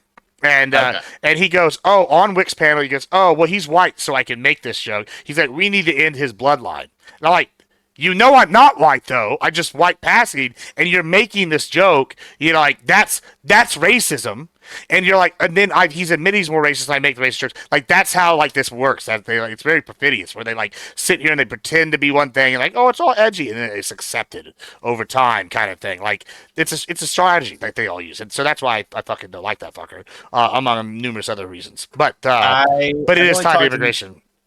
I've only talked to him once, and I followed him not too closely, but I didn't know if he was that bad. I mean, listen, I think there are so many liberals and even leftists out there who don't practice what they preach, and I think that it's definitely hypocritical when they say one thing in public and then in private they'll say other things. And I think that's kind of part of why the Democrats have been losing a lot, is because they feel like they're kind of becoming these the word police a little bit, and being like trying to act like they're like that whole Michelle Obama thing where it's like when they go low we go high. And I think that that works maybe in theory, but in practice that's not how politics works. And I think liberals try to stay on that ethos, but in reality they know it's impossible if they want to win. And so I think they are a little bit deceiving when they kind of act one way and then say things like that. But I do think it's interesting too, like to your point when you're talking about people like Nick Fuentes and people on the right, but like,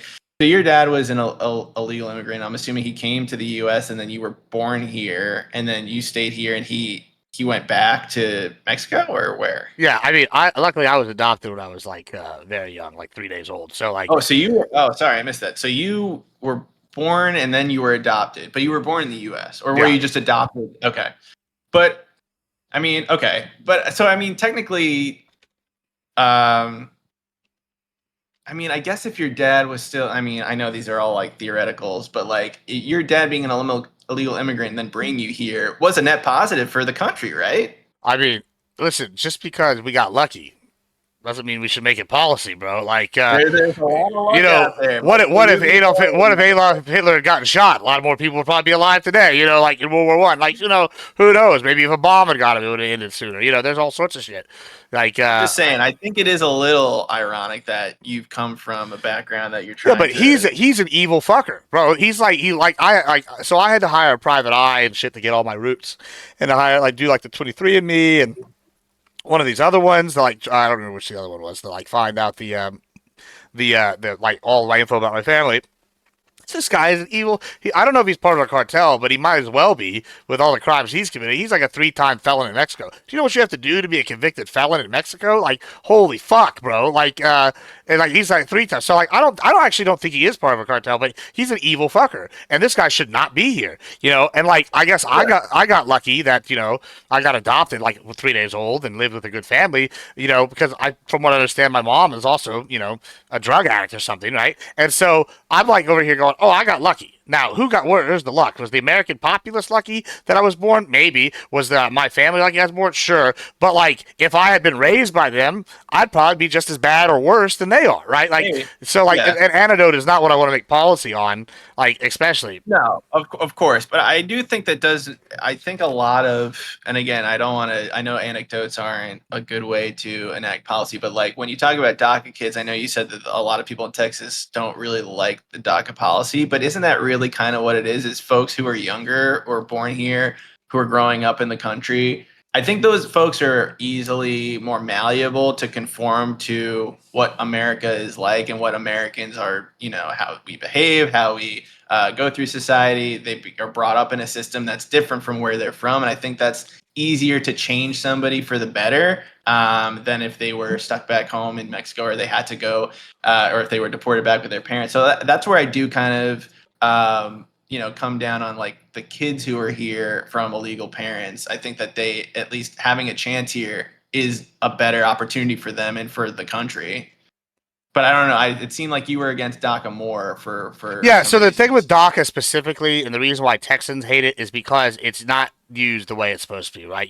People get on DACA that shouldn't be here, they shouldn't be DACA or whatever, but like they've been granted the DACA status. The other thing is that it's very much a tool that people use to get other people here, right? So like, oh, I'm a DACA recipient, okay, and then I get here and I get my benefits. I don't have to pay as much. I get my little special, not citizenship, but like allowing to be here, and then they turn right around. Now they're like, since they have their foothold here, now we're going to try to bring more people here, and they might actually bring them in through a legal process or a semi-legal process. But it's like, well, you shouldn't even be here in the first place, and now you're adding more, and it's taking away from people that are on the immigration list that should be getting like going in line, but those spots aren't going to them. They're going to these DACA recipients who are getting like a special treatment, as opposed to the actual legal immigrants that are waiting in line. And some of these people are illegals that have gotten the DACA recipients, and that's a reciprocation, and that's a problem. Like, why aren't like? And I think you could probably agree with me on this. Why are we giving people special treatment just because they have a DACA person on there? They can vouch, or they have this foothold, they know the process. And why are we giving, or even giving them their DACA membership at all if they're illegal? Why are we giving them this status whenever we have actual illegals following, or actual legal immigrants following the policy, and they're having to wait in line or being told no? Like, that's a massive issue.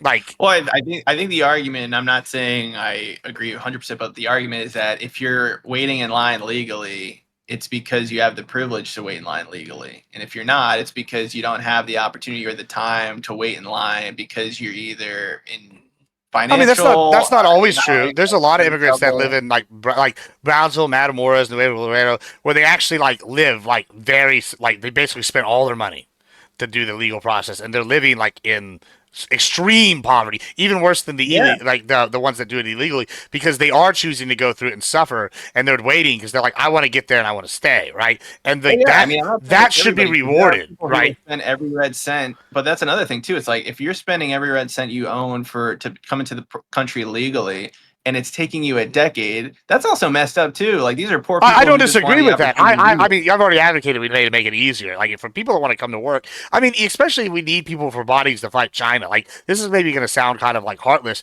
but we absolutely need bodies to fight China. Like, that's like, and we're not going to be Oh, able to like do it by physically breeding, or like like here. through economic means, I or mean, like you mean war? military, literally military. Like, Oh, okay. I mean, based off what we've seen in Ukraine, the next war is going to be body intensive, right? And if you can even compare it to like the Great African War that just ended, right? Like bodies are needed, right? Like, because of the drone tech, because of all this other shit, it's gonna be costly, and we military needs recruiting. Why not give these people a chance at citizenship through that? I actually had a massive problem Yeah. with when they didn't give some of these people citizenship and shipped them out. Like, I was very against that when that happened to the some of these former veterans, right? That pissed me off a lot. But so Yeah. but like there is a caveat I do want to make with this. The cartels have been known now to send people in to do their contracts to the U.S. military, and then they come back and they after they get out and train. Yeah, I don't know. I was gonna say like for people who are exploiting that and then or Yeah, becoming I a don't danger. know what the solution to that is. But like, when I like overall, we just we do need more people, right? And I Yeah, definitely want reform and make it like better and like easier for people to get here. I'm just not sold on how the asylum system is currently being run. I think that I think the biggest problem with our immigration policy is is it's a patchwork, right? We don't have Right. like it needs to be overhauled completely. And I'm like very pro immigration in general. My problem is I'm very, very, very against illegal immigration and the way that some of the asylum system has been done. And furthermore, I think since it is tied to this, the border security is a massive issue for me. Like I said, I literally had a friend raped and killed like within months ago, and like my whole Yeah. life I've had friends. Like one time, one of my friends, his parents, I guess, were like a cartel or cartel associated. He's sitting in the back seat of a car. This kid's like 8, and they just rolled up and just sprayed the car. And they killed everybody, right? But like, and there was over like 400 shells like put into it, right? And so, okay, that's terrible. This is like when I'm 8 years old. This is happening. And then like, my whole life I like had friends just die. Like, I've had cartel people running from the cops, and then they end up hitting somebody in the car. Like, even if it was inadvertent, like this is a Right. problem. Like that is a massive problem. And then people talk about sex slavery. Well, everybody's mad about Epstein. Well, let's talk about Hispanic sex slavery. We're literally having thousands of women and children trafficked across the border, and then they get on this side and they're sold into slavery. And the only way to stop that is to secure the border and do a legal kind of thing. But we have to secure the border first, because if we don't, then it just it incentivizes people to come here illegally, and they get so like this is the problem. Like, people look at this as, oh, these people are heartless. It is a compassion thing too. Like, if you have a hard enough like wall and a hard enough system that's like, oh, you will die if you try to do this not without doing it the legal way. Well, that prevents most people from doing it, right? And so then they have to do the legal way, and that allows us to focus on more of the security aspect against like the sex slavery, against the trafficking, like because I mean just no, maybe it was last month now or 2 months ago, but they literally just like had a semi, and it was like 62 people died, and of those, like, 20 were kids, 20 were women, and then I think the Yeah, rest yeah, were yeah. men. And like, there's literally they have photos of some of the people that are dead, and they're like literally died standing up because they're pressed so far together, and they're holding children up Yeah. to the vent, and it's like, oh Yeah. well, and people are like, well, oh, it's because the immigration reform. Well, yeah, maybe, but it's also because we did this. They knew they could sneak people past, and then for whatever reason they didn't, like, unload them in time or something. It's like, but if we had had the security set up, then they wouldn't have ever got there. We could have stopped, and we could have got these people treatment, shipped them back, and then maybe they could have gone through the process. And like, people are like, oh, but you're just heartless. And like, I think that's a part that people don't realize, is there is such a negative aspect to like not having the security. But I think that's why messaging is so important on this, and you need a good messenger, and that's why, like him or not, the way Obama handled it was he was basically named the deporter in chief, but he was a Democrat, he was a liberal, he was able to deport people, but also have this humane policy with DACA recipients and understanding their situation. So like, there's got to be a better way to message this to people, because everything you said is totally right. There's nothing I heard that you said about people who are being harmed by this that it seems like you're wrong on. And so I agree with you there. It's just the thing that I think divides people is the way this administration has been doing it, and then it's like the total opposite the way Biden was doing it, and neither one has been appealing enough for the American people so far. Based on approval ratings on immigration, Biden was much worse. Trump is already trending lower on that. And I think what we saw was like a golden ratio under Obama, where you have to deport illegals, you have to secure the border. I agree with you. You have to do that.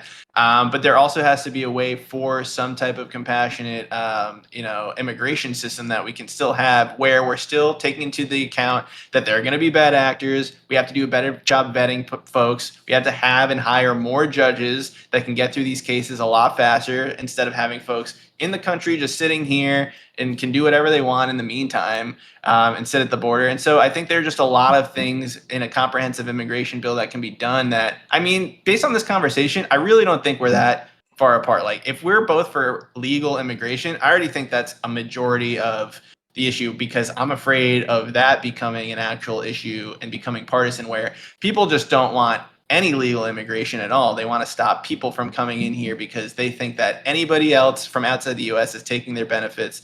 And I think that if we look at the long term, like you mentioned, economically and in terms of warfare, we're going to need people to pay Social Security. We're going to need people to pay taxes, and we're going to need to keep growing our population, because we don't want to end up like Japan. That would be the worst case scenario for us. We would be a dying country, and we would just be giving up our leadership position in the world if we start to lose population size. So we desperately need people to keep growing this country for a multitude of reasons. Legally is obviously the best way to go.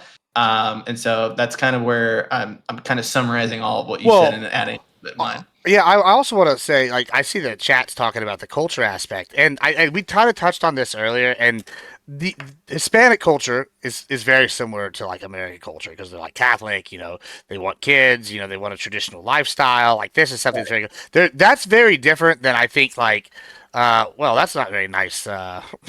Narnitas, you got to be nicer. Be nice to my people in my chat. Let's not be telling people to go fuck themselves just because we disagree with their politics. But uh, anyway. Oh God, I didn't mean to time out for that long. Time out.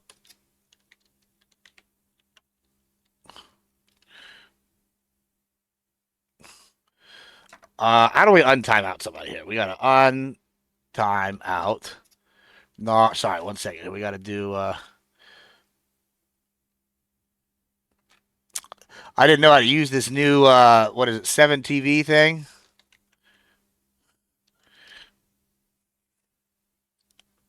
I meant to just delete it. So that message. Anyway. Sorry about that. But yeah, so basically, yeah, I think the culture aspect uh, is basically a big thing. Like, I have a bigger problem with things like Epic City. I know people brought that up in the chat, or like What's Dearborn, where that? they're it's the all Muslim community that they're building. That's Oh, in Texas? and it's supposed. Is that like, didn't Abbott say that was like not happening or Yeah, something? he basically was like, it's not fucking happening, and he's like put down a whole bunch of like legal challenges and other shit. What do Like, you think about that, by the way? Like um, having a city based on, isn't that like freedom of religion though? Not saying I support it, but like, isn't that kind of they can do what they want on their own land? well, so that's interesting, and that's an argument we can look at. But I'll use this as the example. I wanted to use it first, and then we'll. I have more of a concern, like, and we can see this with, like I said, with Michigan, where they're having higher sexual assault cases in the areas controlled by like Somalian refugees, or we see this in the UK, where we're having tons of it in Norway. We see all these European countries where they're having Islamic refugees come in, and there's definitely a culture war of a sort. Here, when we talk about the culture war, it's more like leftist versus righty, right? It's more like, oh, you have Yeah. traditional values versus like, oh, I want, I don't know, trans story time in class or something. I don't know. Like, I'm just picking a really controversial one, right? Or like, but like, Yeah. but it's still the same culture, right? It's still like a secular or Right. semi-secular, like American culture. When I mean American culture, yeah, we're an amalgamation, but like, we definitely have an American identity, right? As opposed to, and like, when people come here that are Hispanics, they want to be American, right? Whatever that means. And that can be nebulous, but there is some general consensus. I think I have more of a concern when it's like, we're going to come from Iran and we're going to we're going to come to the U.S. and we're going to make the U.S. Iran. Like, I'm just picking once again a random one, but like, Yeah. that's a Well, problem. a big thing that I think you'd be surprised to hear from me, and I really think this is like against liberal values.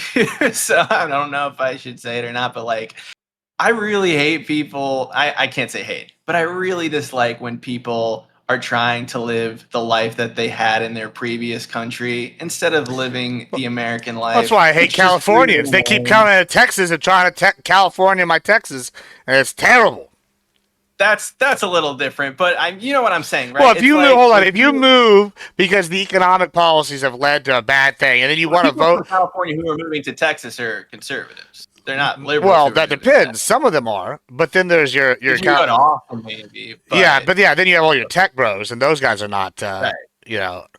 Right. But I think you've seen. I saw the data. I think during the Ted Cruz election or Cornyn, but a lot of the people who were immigrating to Texas were actually more voting for the GOP in the elections than the native-born Texans. Maybe that flipped in the last election with Hispanics flipping to more GOP. Somebody in the chat about the American life. I do want to address that real quick. I have a friend. His name is Juan. We called him Juan 2 because there's 5 Juans that worked with us at Wingstop. So Juan 2, he's my boy. He's good. I just talked to him earlier this week. This guy called me and he goes, "Oh, Gibbsy, I got my, whatever it is." He got his legal citizenship because he was here legally, but he went through like the process, hired a lawyer, yada yada. And he's like, "Oh, I got my legal thing." I was like, "Yeah, congrats, hell yeah." And he goes, "I gotta apply for." I start trying to do the citizenship thing. I was like, this man, he was living with like 10 other dudes, working 3 minimum wage jobs. Now he's like married, so and these are his exact words. He's like, I found a fat American wife.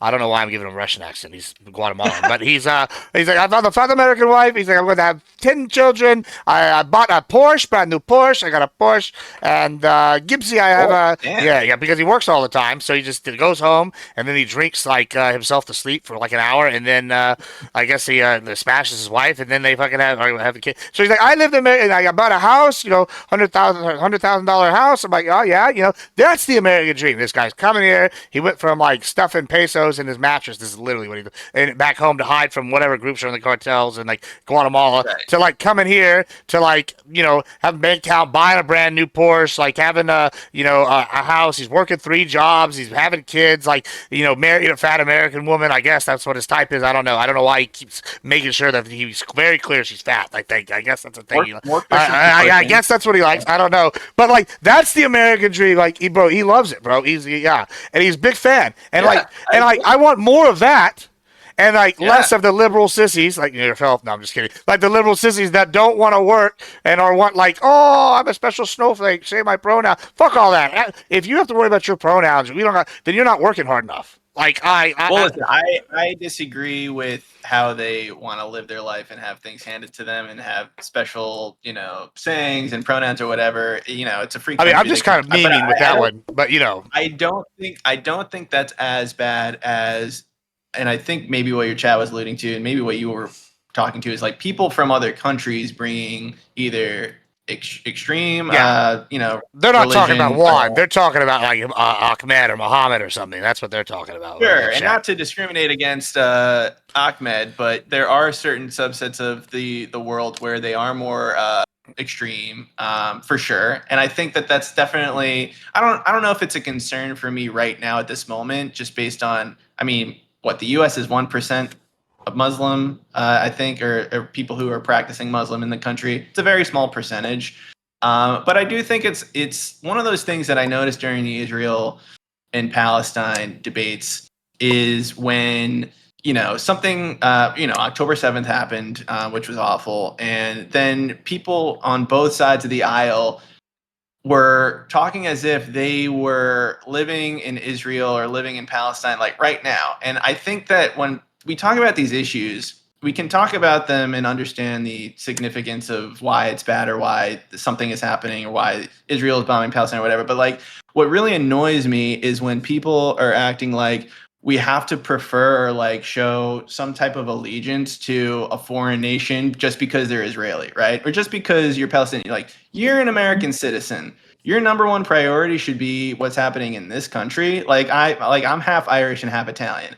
If Italy was under siege right now, I would not give a shit about what is happening in Italy if America was dealing with their own shit right now. And I'm not saying that I want Italy to become destroyed or enter a war that they can't win. I'm sure I would want to help Italy, but like my number one thought in my mind isn't how can we spend our resources to help my foreign country that my grandparents came to. I'm an American citizen. We should be focused on how we're helping Americans in this country right now. And I think that's an ethos that a lot of Republicans share. When it comes to Israel, maybe not, because I know that Trump is still very much pro-Israeli. And not to say that I'm taking any side on that issue, but I just think it annoys me when people, and I think there was a tweet by a congresswoman in Chicago who said that I'm a Guatemalan first and then an American. Oh yeah, that shit was crazy, bro. Well, then there's also Michigan senator or Minnesota. It was mistranslated.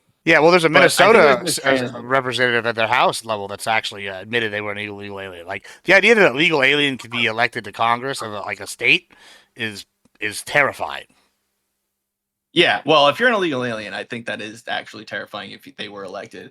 But my point about the woman who's actually in Congress who said that it was mistranslated and she wasn't saying she was a Guatemalan first, but like that idea of that type of thinking, I think is dangerous and something that I think if you're an elected representative, you should always be representing America first, always. And then, you can always support your heritage. Of course, that's an important thing where you came from, but like, I just think it's a bad idea to get into that realm. And people always complain too when in LA, right, when people were waving Mexican flags trying to defend the folks. It's like They should be waving American flags. You're an American now. You live here. If you're a legal citizen, of course you can support one side of the political aisle, but I think you should do so in mind, remembering where you're from, and that's from this country. And so that's like the one thing that I have of a difference with probably many other liberals think about today, and in terms of like representing America and becoming more of an America.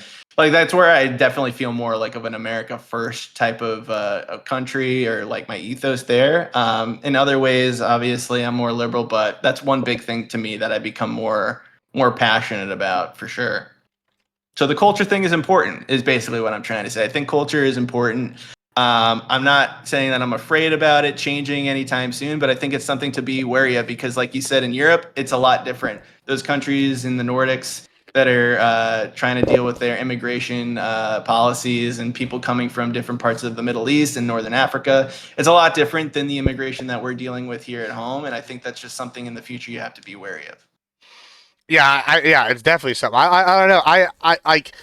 Yeah, I think the culture thing is not something I'm as sold on. I think I like maybe this is maybe like a left leaning thing of mine, but I don't think it is. Like when I look at like I'm very pro Texas. Like in fact, the Republican Party of Texas actually adopt. So there was three parties in Texas up until last election, or 2 elections ago actually, I think.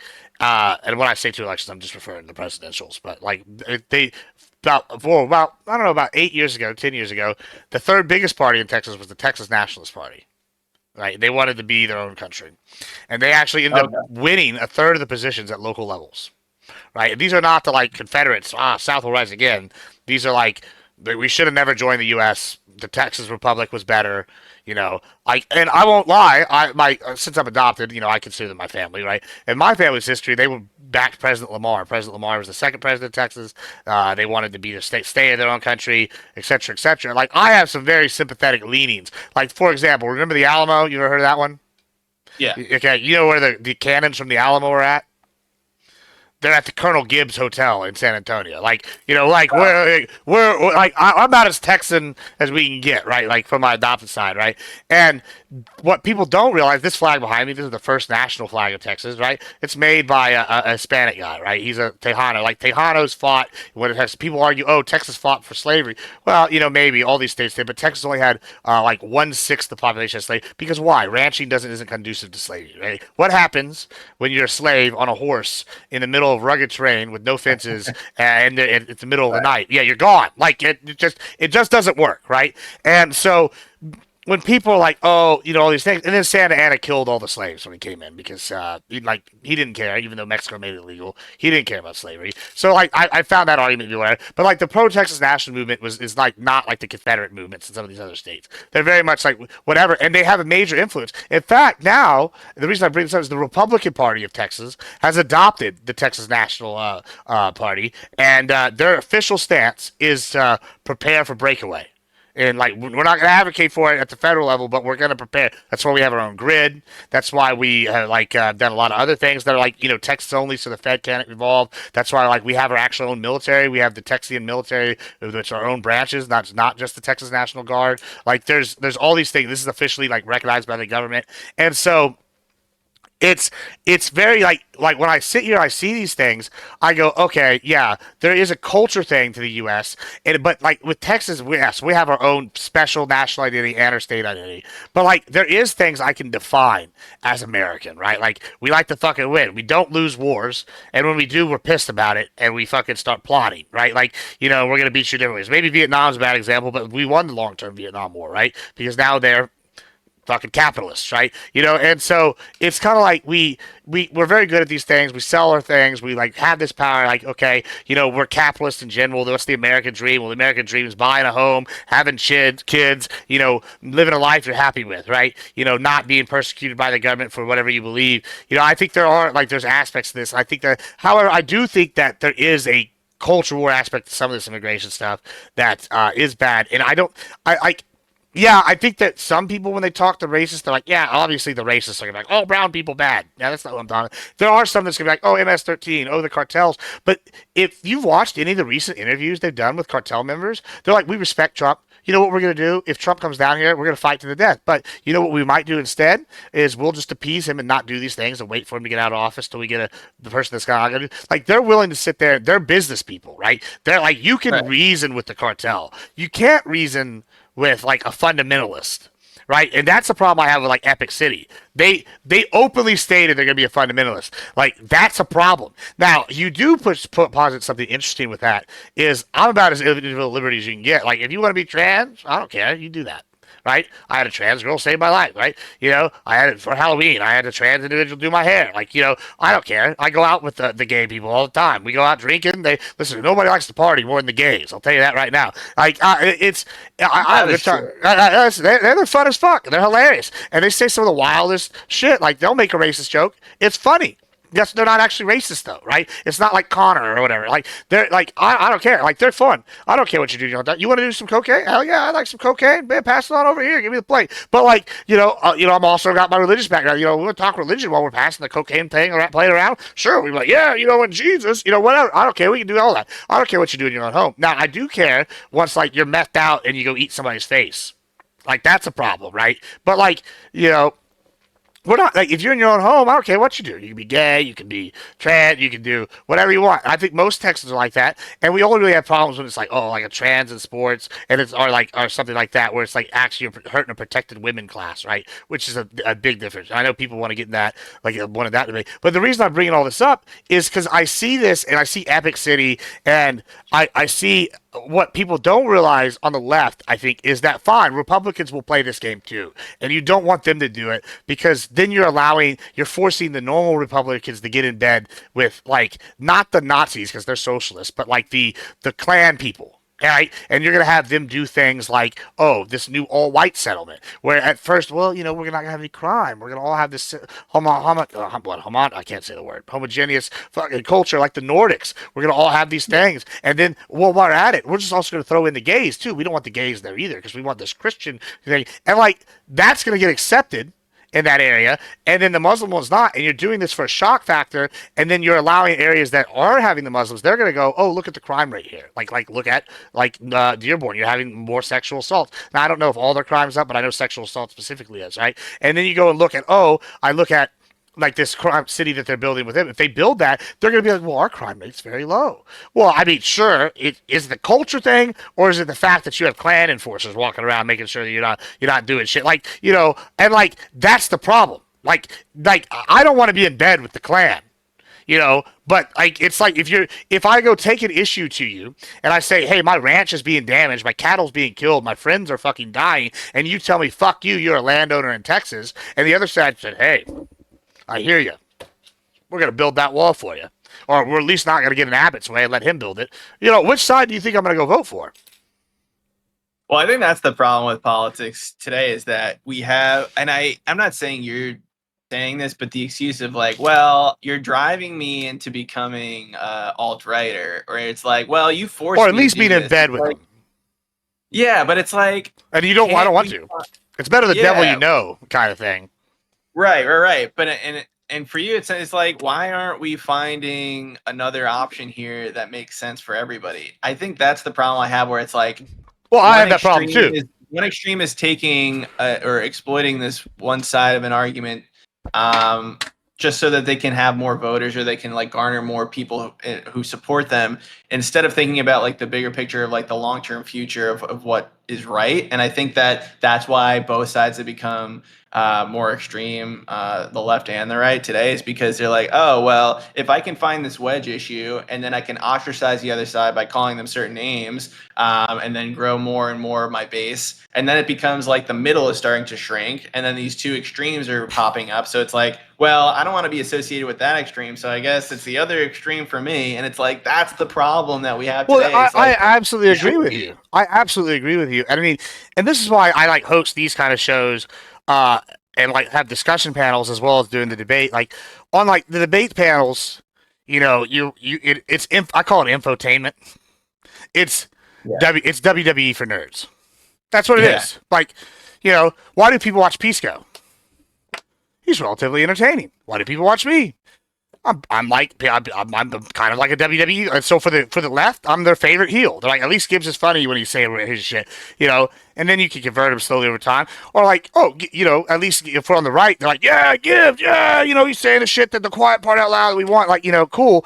But like, yeah, people talk shit, all these things, and it's like, you know, people enjoy like going back and forth with these people. There's that like parasocial interaction that's like, and this is not the bad part of parasocial, but it's like there's bad parts and there's good parts, and they have the interactions, and so the problem I have though is absolutely what you're saying is there is no middle anymore, right? Like I feel like you and I could probably come up with some sort of comprehensive immigration policy, you know, and we could get it out there, and you and I could be okay. We could get people in the middle on board, you know, whatever. Like I mean, you might not be as extreme on the border security, but like I'm sure that I could come off literally drone striking kids like going, oh yeah, let's get like something that we could come to an agreement on that's secure enough that I'll be happy, you know, and then we could come to an immigration reform that we agree on, whether that like, and I'd be open minded, like, you know, I'd be lighter on this or something, right? But like I present these, and the reason I took that extreme example like earlier, and I know like NoCal Mike was like, oh, I agree with like what your policy was, Gibbs. Like, sure, maybe a few do, but like when I present this in a debate space, it's just like outright shut down immediately. Like they're just like outraged. That's crazy talk, you know. And then you see it filter down, and you can't have these harms. In fact, like now we've gotten to the point now where like someone's like, oh, you're supporting this, Gibbs, and then they'll like unfriend you completely on Facebook and Instagram, you know. Twitter, like all of them, they're like they'll ghost you. And you can know this person 20 years. They're like, oh, you advocate for this, you're a fascist, and I'm like, well, this is bad. We can't even talk no more. And then now you're like empowering people. Like right now in power, MAGA's in ascendant. Right? What are they doing? Well, the Republicans have said for a while they think there's this deep state apparatus, and they think there's the ways that the left is used it, and so they go with Doge, and Doge starts going into USA, and then getting rid of NGOs. Now, arguably, is that why the DNC is not funded? I don't know. That's the conspiracy theory, though, right? And then they turn around, they go, oh, well, they're doing sex trafficking, and then the left goes, well, Epstein, and then the right goes Epstein, and then we go, oh, we find out Biden wasn't answering these phone calls for these kids, and you're like, okay, well, that's sus, and then it's like, oh, well, then we look at immigration further. Well, what's the census do? It counts these things. And I think that you have this, it's like people get in power on one side or the other.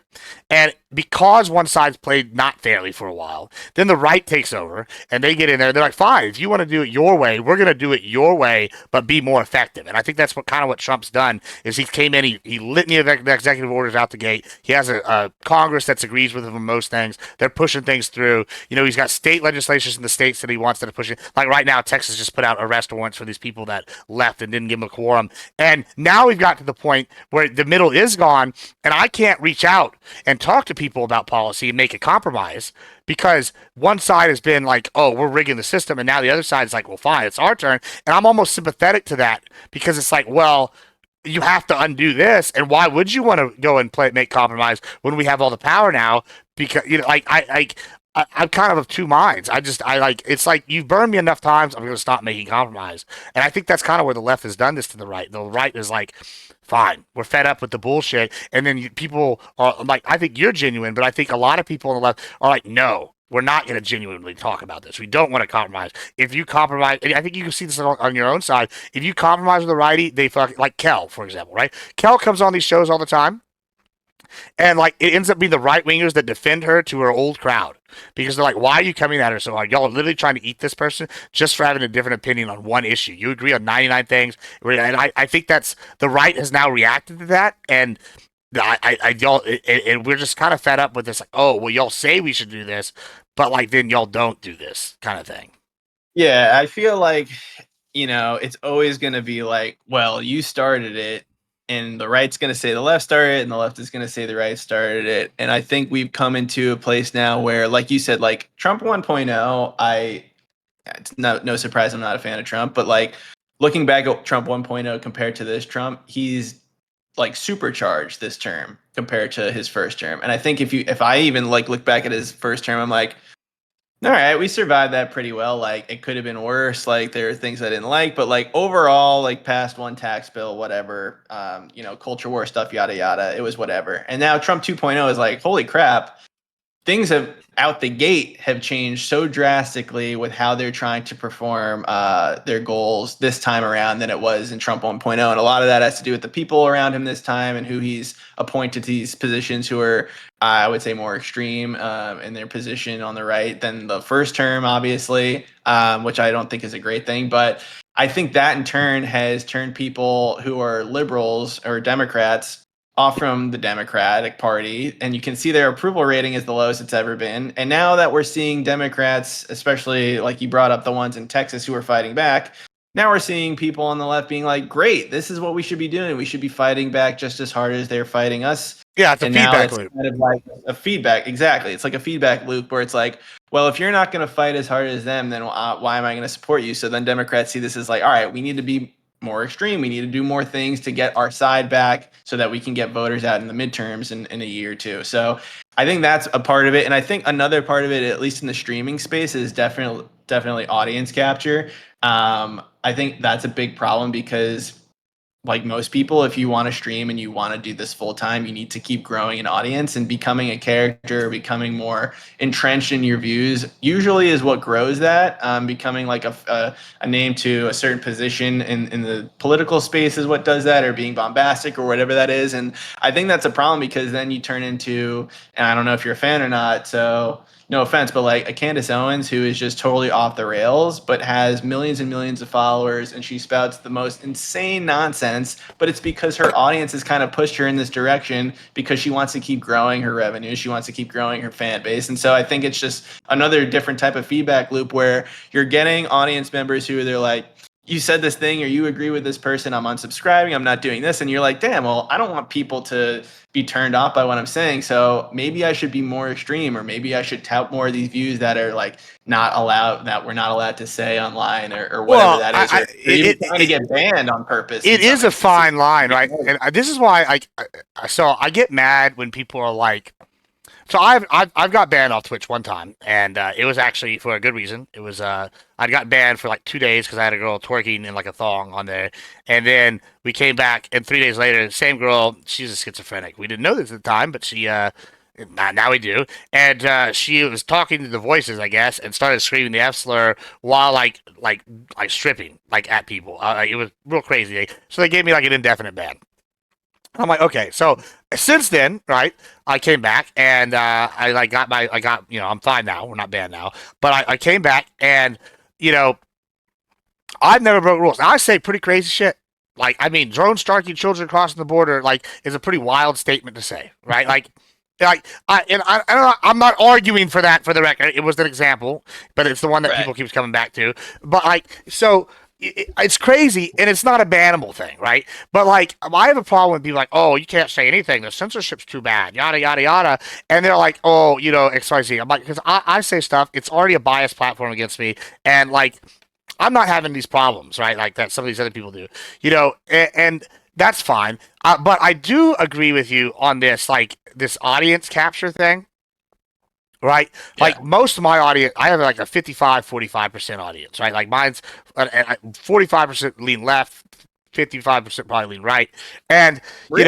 yeah. I thought it was like 70-30 or something. No, I mean, right now, I don't even know if I have any, I have like, guess who is in chat. He's I don't even know some of these other people. I don't know. I know Manlors. I think he's a right leaner. But yeah, right now it's about. I think there's more lefties chatting in the chat than righties talking right now, right? And then when I do these one-on-one debates, my chat will vote against the righty a lot because they vote based on who they think win. Yeah. But more so, yeah. I mean, slowly, I don't know if you're a lefty or not, but like, it's like I've got people like that are like all over. So it's a pretty left or right leaning. It's like it's pretty even, and Okay. I have this issue because it's like I could talk. These people were like when we have these combos, we could talk, and there is something to be said for doing a character. Like I'm outlandish, I'm loud, I'm verbose, But then we could tone it down and have like a discussion, and that's a thing. But then at the same time, you have people that take the opposite lesson. And I've had this argument with Fabian, and I'm like, yeah, I don't mind being the heel, and he's like called me a patsy. I'm like, I'm not a patsy just because I'm saying what these people were like. Oh, look, this righty's saying that. I'm like, good, because there's righties going, I wish wish more people would say this or just be open with what they want. And then we don't have to worry about the evil bad guys on the right, like just like the evil bad guys, the evil guys on the right, because this guy's saying what he wants, even if it's controversial, right? And I think there's something to be said for that. However, there is also the problem, like you mentioned, Candace Owens, who basically is like, oh well, if Hitler liked black people, I'd vote for Hitler almost at this point. Like, like it's like you were getting too far. Like, there is something to be said for that as well. Like, they take the wrong message. Now, I don't know. She's been more successful than I am, so maybe I should listen to her. But I feel like I've been growing pretty substantially quickly since I came into the politics realm, and I I think entertainment's a big thing, and like she had the look, and like she was kind of a first, like in that kind of space where she was like a black conservative that was attractive. It wasn't like Condoleezza Rice, who was a black conservative but like looked like a horse. It was like, oh damn, that's a baddie, and she's over here saying this, and I think that mattered quite a bit. Going forward. Now I think we're seeing the rise of like new things. Like, okay, let's just compare like Destiny and Andrew Wilson, right? Destiny, you go out and you debate people, and there's tons of these Destiny wannabes. They use the same tactics, but they're not Destiny, right? And then I feel like that style of debate's fallen off a little bit. And then you have like an Andrew Wilson who's like, oh, we're gonna do the blood sports. I'm gonna roast you for a little while, right? And you see more of the rise of that. You see people that are either good at that or bad at that, and you see people like trying to imitate like that. I just think it's a natural evolution. I don't really know if it's a good or bad, or if there is a solution. I feel like it's kind of like the MMA, right? First, you had people that were like, "Oh, we're boxers, and this guy's a wrestler. This guy's BJJ." Then you had people like, "Oh, well, wrestlers beat boxers, so I'm going to learn wrestling." And they're like, "Oh, I'm a boxer. I'm going to need to learn wrestling so I don't get taken out." Now you have people that have like been doing BJJ, taekwondo, boxing, wrestling since they were like 3. It's like kind of an evolution. I don't know. If there's a solution for what you're saying, or if it's something that will just change over time. Yeah, I don't know either. And I think, like you pointed out too, I think at the end of the day, if you come off as, original or unique, and you're actually like stay true to your convictions, I think that does speak for a lot, and people will follow you. Like, there's just something about, I mean, at this point, I can't even say Candace Owens is a fake, because I really do think she does believe in what she says now. At this point, at first, I thought she was just trying to find that niche as a black conservative woman, trying to get in there and make money that way. But at this point, I don't even know if that was even fake. At this point, it sounds like she's actually really a black conservative, and even gone a little bit further than that. But there are some people in the space that definitely do it for views, because they know how to hit on certain language or try to attract certain people. And I think that's the real problem. And I think there are people out there who, like, folks who, like you said, try to emulate Destiny, or it's just like, it's not the same, and people can tell it's not the same. And I'm not to say, like, I've only seen Pisco a few times, but he kind of comes off a little bit like that. Not to say that he's trying to copy Destiny, but like, the people who talk fast, really fast, and they also are smart. Like, Pisco does seem like a smart guy. Destiny, very well informed, but like, they also just like come off as like, if I can talk faster than you and come out with more points faster than you, almost like in a similar blood sports debate fashion, like, that's going to make me the winner. And it's all about winning and making, all about whether I won, you lost, whether you look bad, whether I can make a point over you, and try to win people over that way. And so, I don't know. I think in the debate space right now, there's really nobody who I think I can trust that much to be like 100% authentic. Maybe like one or two people. I mean, just based on talking in our conversation, you seem pretty authentic. I know we're there both, is an exception to that. If someone needs a debate partner for a show, I will debate the opposite side, and I'm gonna fucking win. But if I get to debate my policies, then yeah, I'm gonna be authentic.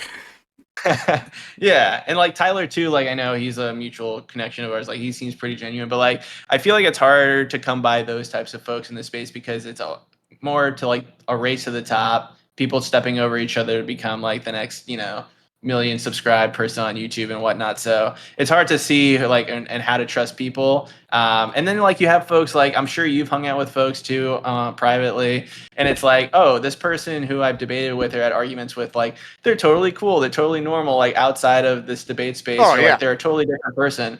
And so I think that's when it's just like, So then why do you act like this online to people if you're not true to yourself, like with me, like in private, and like not to out anybody, but I just feel like that's so But common. I will say that sometimes I'm more abrasive in a debate space. Depends on the panel too. Like if you come on primes, for example, like that's a fight for your life every week, right? So like if you come in there and you come at me, I'm gonna be pretty rough with you, right? Like, but like if you come like here, like now, obviously, like yeah, let's have a conversation. I mean, some of that's situational, but like yeah, I think I think you hit the nail on the head though with the authenticity thing. I think that people can tell uh that like whether or not they're being authentic, right? Like even lefties that don't like me, I've seen like on Wix posted, "Hey, who's my most authentic right wing?" And they're like, "Oh, well, Gibbs is the one that's like, yeah, Gibbs is probably going to be the most good faith with you because he's actually preaching what he gives a shit about." Like I'll say something controversial, like, "Oh, Epstein," I'm like, I don't give two fucks, like 0% a thing I give a fuck about. They're all pedos in the office anyway, probably. I like at this point, if you told me they were all lizards and you could prove it, I wouldn't be so. Cool. I mean, they're diddling the kids to get the adrenochrome. All right, Alex Jones, right again. Like it would, you know what I'm saying? It wouldn't surprise me like at all, right? But like I tell you what, I do vote on issues that are affecting me, and like the border, like that was affecting me daily. Like it was a problem, right? And Yeah. so when people are like, oh, and I think that being authentic gets people across because they're like they want to press me on the Epstein thing, and like, look, he doesn't care. It's not the Republicans don't care. I hosted a panel of only Republicans and or Trump voters, and it was spicy as fuck because they were pissed at the Republicans that they're like, like me, like I voted on these issues, and they're like, well, we voted on this issue, and yeah, cool, you have a good gripe, like and like I think that being authentic is key here, and I think that's why some channels grow and some don't, is because eventually you can only grift so hard. Yeah, Right. Yeah, like exactly. I don't know. Yeah, I totally agree with that. You like come to a breaking point if you go too far, and people can tell. And like there have been people in the past who have done the reversal, where they're like, I was a conservative and now I'm a liberal, or like vice versa. I used to be like a liberal and then I changed and saw the light, only just to keep the grift going, which is even more embarrassing, I think. But yeah, it's crazy in the streamer space. I mean, I did this just to like vent more than grow as a channel or anything. And if it grows, it grows. But I think like I don't know. I feel like you lose dignity if you really don't stay true to yourself, because then you're just like you're selling out, and something about that just feels like wrong to me. For some people that's fine if they see the money coming in, but I don't know, overall it's just something I'm like, you know what, maybe I'll try this and I'll try to come up with a political channel and grow and explode and like have all these takes, and then I'm like, I get home, I'm like, I'm tired, like I have a job, like why do I want to do that? Well, I mean, yeah, actually, I think that that's very relatable. So, like, I got into the debate. So, I don't know if you know this, but I was an announcer for Halo. Like, I did like HCS announcing and shit. I'd be like, oh my god, what up? Like, all that bullshit. And Yeah. and so we're sitting here, and like, then I got that ban, and obviously I can't announce if I'm banned on one of the major platforms, because it's a whatever. So I lost that contract. So when I come back, I had my Halo audience, but like, then Halo kind of entered this bad place where like Yeah. and like for whatever reason, and it just wasn't doing as good. So I was like, I kind of floundered around, and then I started watching some of these debaters, and I was like, bro, I have real issues here. Y'all aren't, and people are misrepresenting the issue. Like, I was like, I'm going to get into space Yeah. and we're going to talk about what's fucking happening here. Like, I had a cow kill last week kind of thing. Like, not now, but like, I had a cow kill last week and these fuckers are telling me whatever. And then I'm like, oh, my friend got killed this month. And you're like, oh, well, nobody's causing, these people don't cause crime. And I'm like, what people are you talking about? Like, where do you think the drugs are coming from, bro? Like, who? Yeah. Oh, well, immigrants don't. Listen, maybe the average immigrant's not, but this fucking dude brought in fucking 50 kilos, right? That guy is one bad, is worse than the 10 good combined.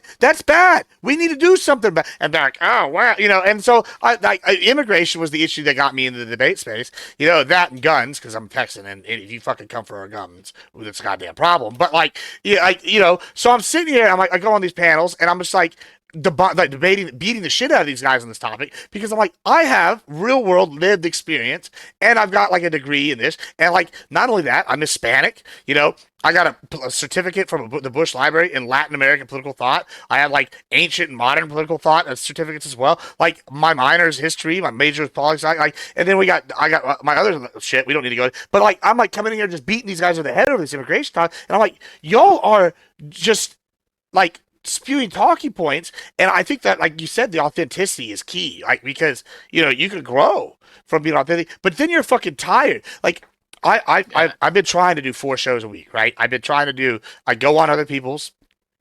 I try to do like a Tuesday thing of some kind where like it's either like the one-on-one or I plan a show, you know, and like when I say one-on-one, it's like this. It's not really like we're like you know, or I'll go Yeah. on grids or something like if he does a day shift, or I'll do, you know, and then Wednesday I've been doing women's panels, or I've been doing like this Wednesday I got an actual panel, right? And then I've been doing Thursday I've been doing trying to do a panel, right? But then I'm fucking exhausted, bro. And like I like to stream, so I'll do video games and shit, or I'll do like slosh cast on the weekend, and these people will want to come and they're like, "Oh, well, Gibbs is doing a slosh. Let's go debate." And I'm like, "Bro, it is Friday night at 4 a.m. or Saturday night now, Saturday morning now. I want to get wasted, and I don't want Yeah. to sit here and argue about I don't know Timmy Turner's bathroom policy in Minnesota. Like you know, like I'm sorry, I want to get drunk and hit on this e-girl that's in here, like or that e-girl. Like what are you know? What are we doing? Then they'll come in here and like I'll have like it's Justini in here. Great guys, go follow Justini, and they'll be like, "Well, Miss Justini, what is your philosophical take on it?" And I'm like, "But shut the fuck up," you know, like. And so like I'm exhausted. Like Yeah. I don't know how like Wick, for example, like people give Wick shit. The man does 5 panels a week. He hosts 5 panels a week, and then sometimes goes on other shows. That I first of all, the organizing, the dealing with different personalities, like making sure you don't get banned, that shit's goddamn exhausting. I don't know how Yeah. people do this shit like every week. Like like I mean, it is like a full-time job at that point, just in terms of preparation and editing too, if you're doing videos and YouTube and all that stuff too. So it is a lot. So when people say that it is work, I definitely understand how much work goes into it, for sure.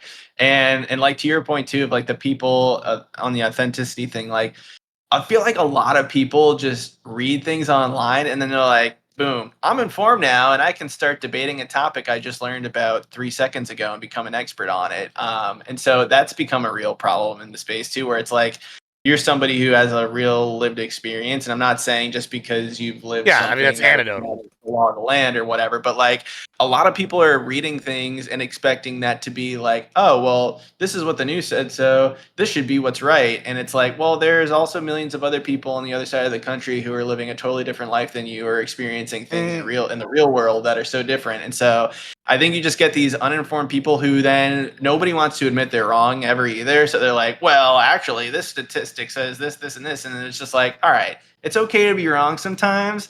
I've been wrong plenty of times. I'm sure in the future I'm still going to be wrong on some things too. But like trying to have someone who's like amenable to that almost seems harder and harder these days because again, like nobody wants to be the loser in a debate. Nobody wants to come off as like the person who's wrong on a topic and then they're like discredited forever. So I think that's another problem. But yeah. yeah, I mean, well, I mean that's probably a good place to leave it here. What you have any closing thoughts? You want to give a shout out? No, not nothing. Where can they Nothing find you? crazy.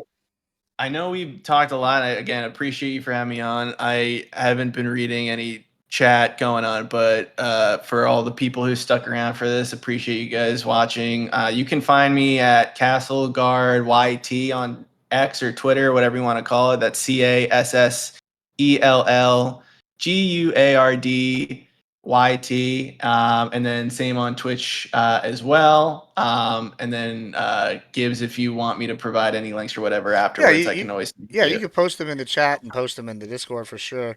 All right, cool. But yeah, it was a great conversation. I really appreciated it. I think there's still things I'm sure we still disagree on in regards to immigration Oh and yeah, things I'm I sure. think come closer to on an agreement, which I think are perfectly reasonable. But yeah, overall, I think I was gonna leave it off on maybe like a future debate topic on the Trump presidency that we can talk about another time. But it seems like there's definitely good conversations to be had for both of us in the future, just because I think we're part of like a group online that's um we're not going after each other, or like it's nothing personal, and we really want to find answers or like solutions to things, and I always appreciate people who are like that. So yeah, just excited to keep talking in the future. Yeah, absolutely. I'd love to talk more in the future. Yeah, and I found it funny. Someone the other day was like, "Oh yeah, Gibbs is a Crucible adjacent." And I was like, "I only found out about the Crucible like a month or two ago." And so and then Grid was like, "No, no, he's got his own bullshit." I'm like, "See, these people know we got their own bullshit." But yeah, I'm always looking for new people to talk to. It's good to not be talking to the same five people. But yeah, policy. I mean, I think that we actually have policy discussions and some people can't. But yeah, thank y'all so much. I'll have him post his links in the Discord, and if he wants to post it in the chat, he can do it now. But we're gonna wrap this up, and then I'm gonna change, folks. We're gonna end the stream for editing, haha, and then we're gonna probably go live in about 30 minutes. We're gonna do some sort of gaming and probably degeneracy. And like I said, I'm gonna go probably flirt with some e-girls and do some stupid shit now because that's what we do in our free time. That's the real reason we're on Twitch. But all those good things. But yeah, thank you so much for being here. Check him out, and y'all have a good rest of y'all's night, guys. If y'all aren't here in about 30.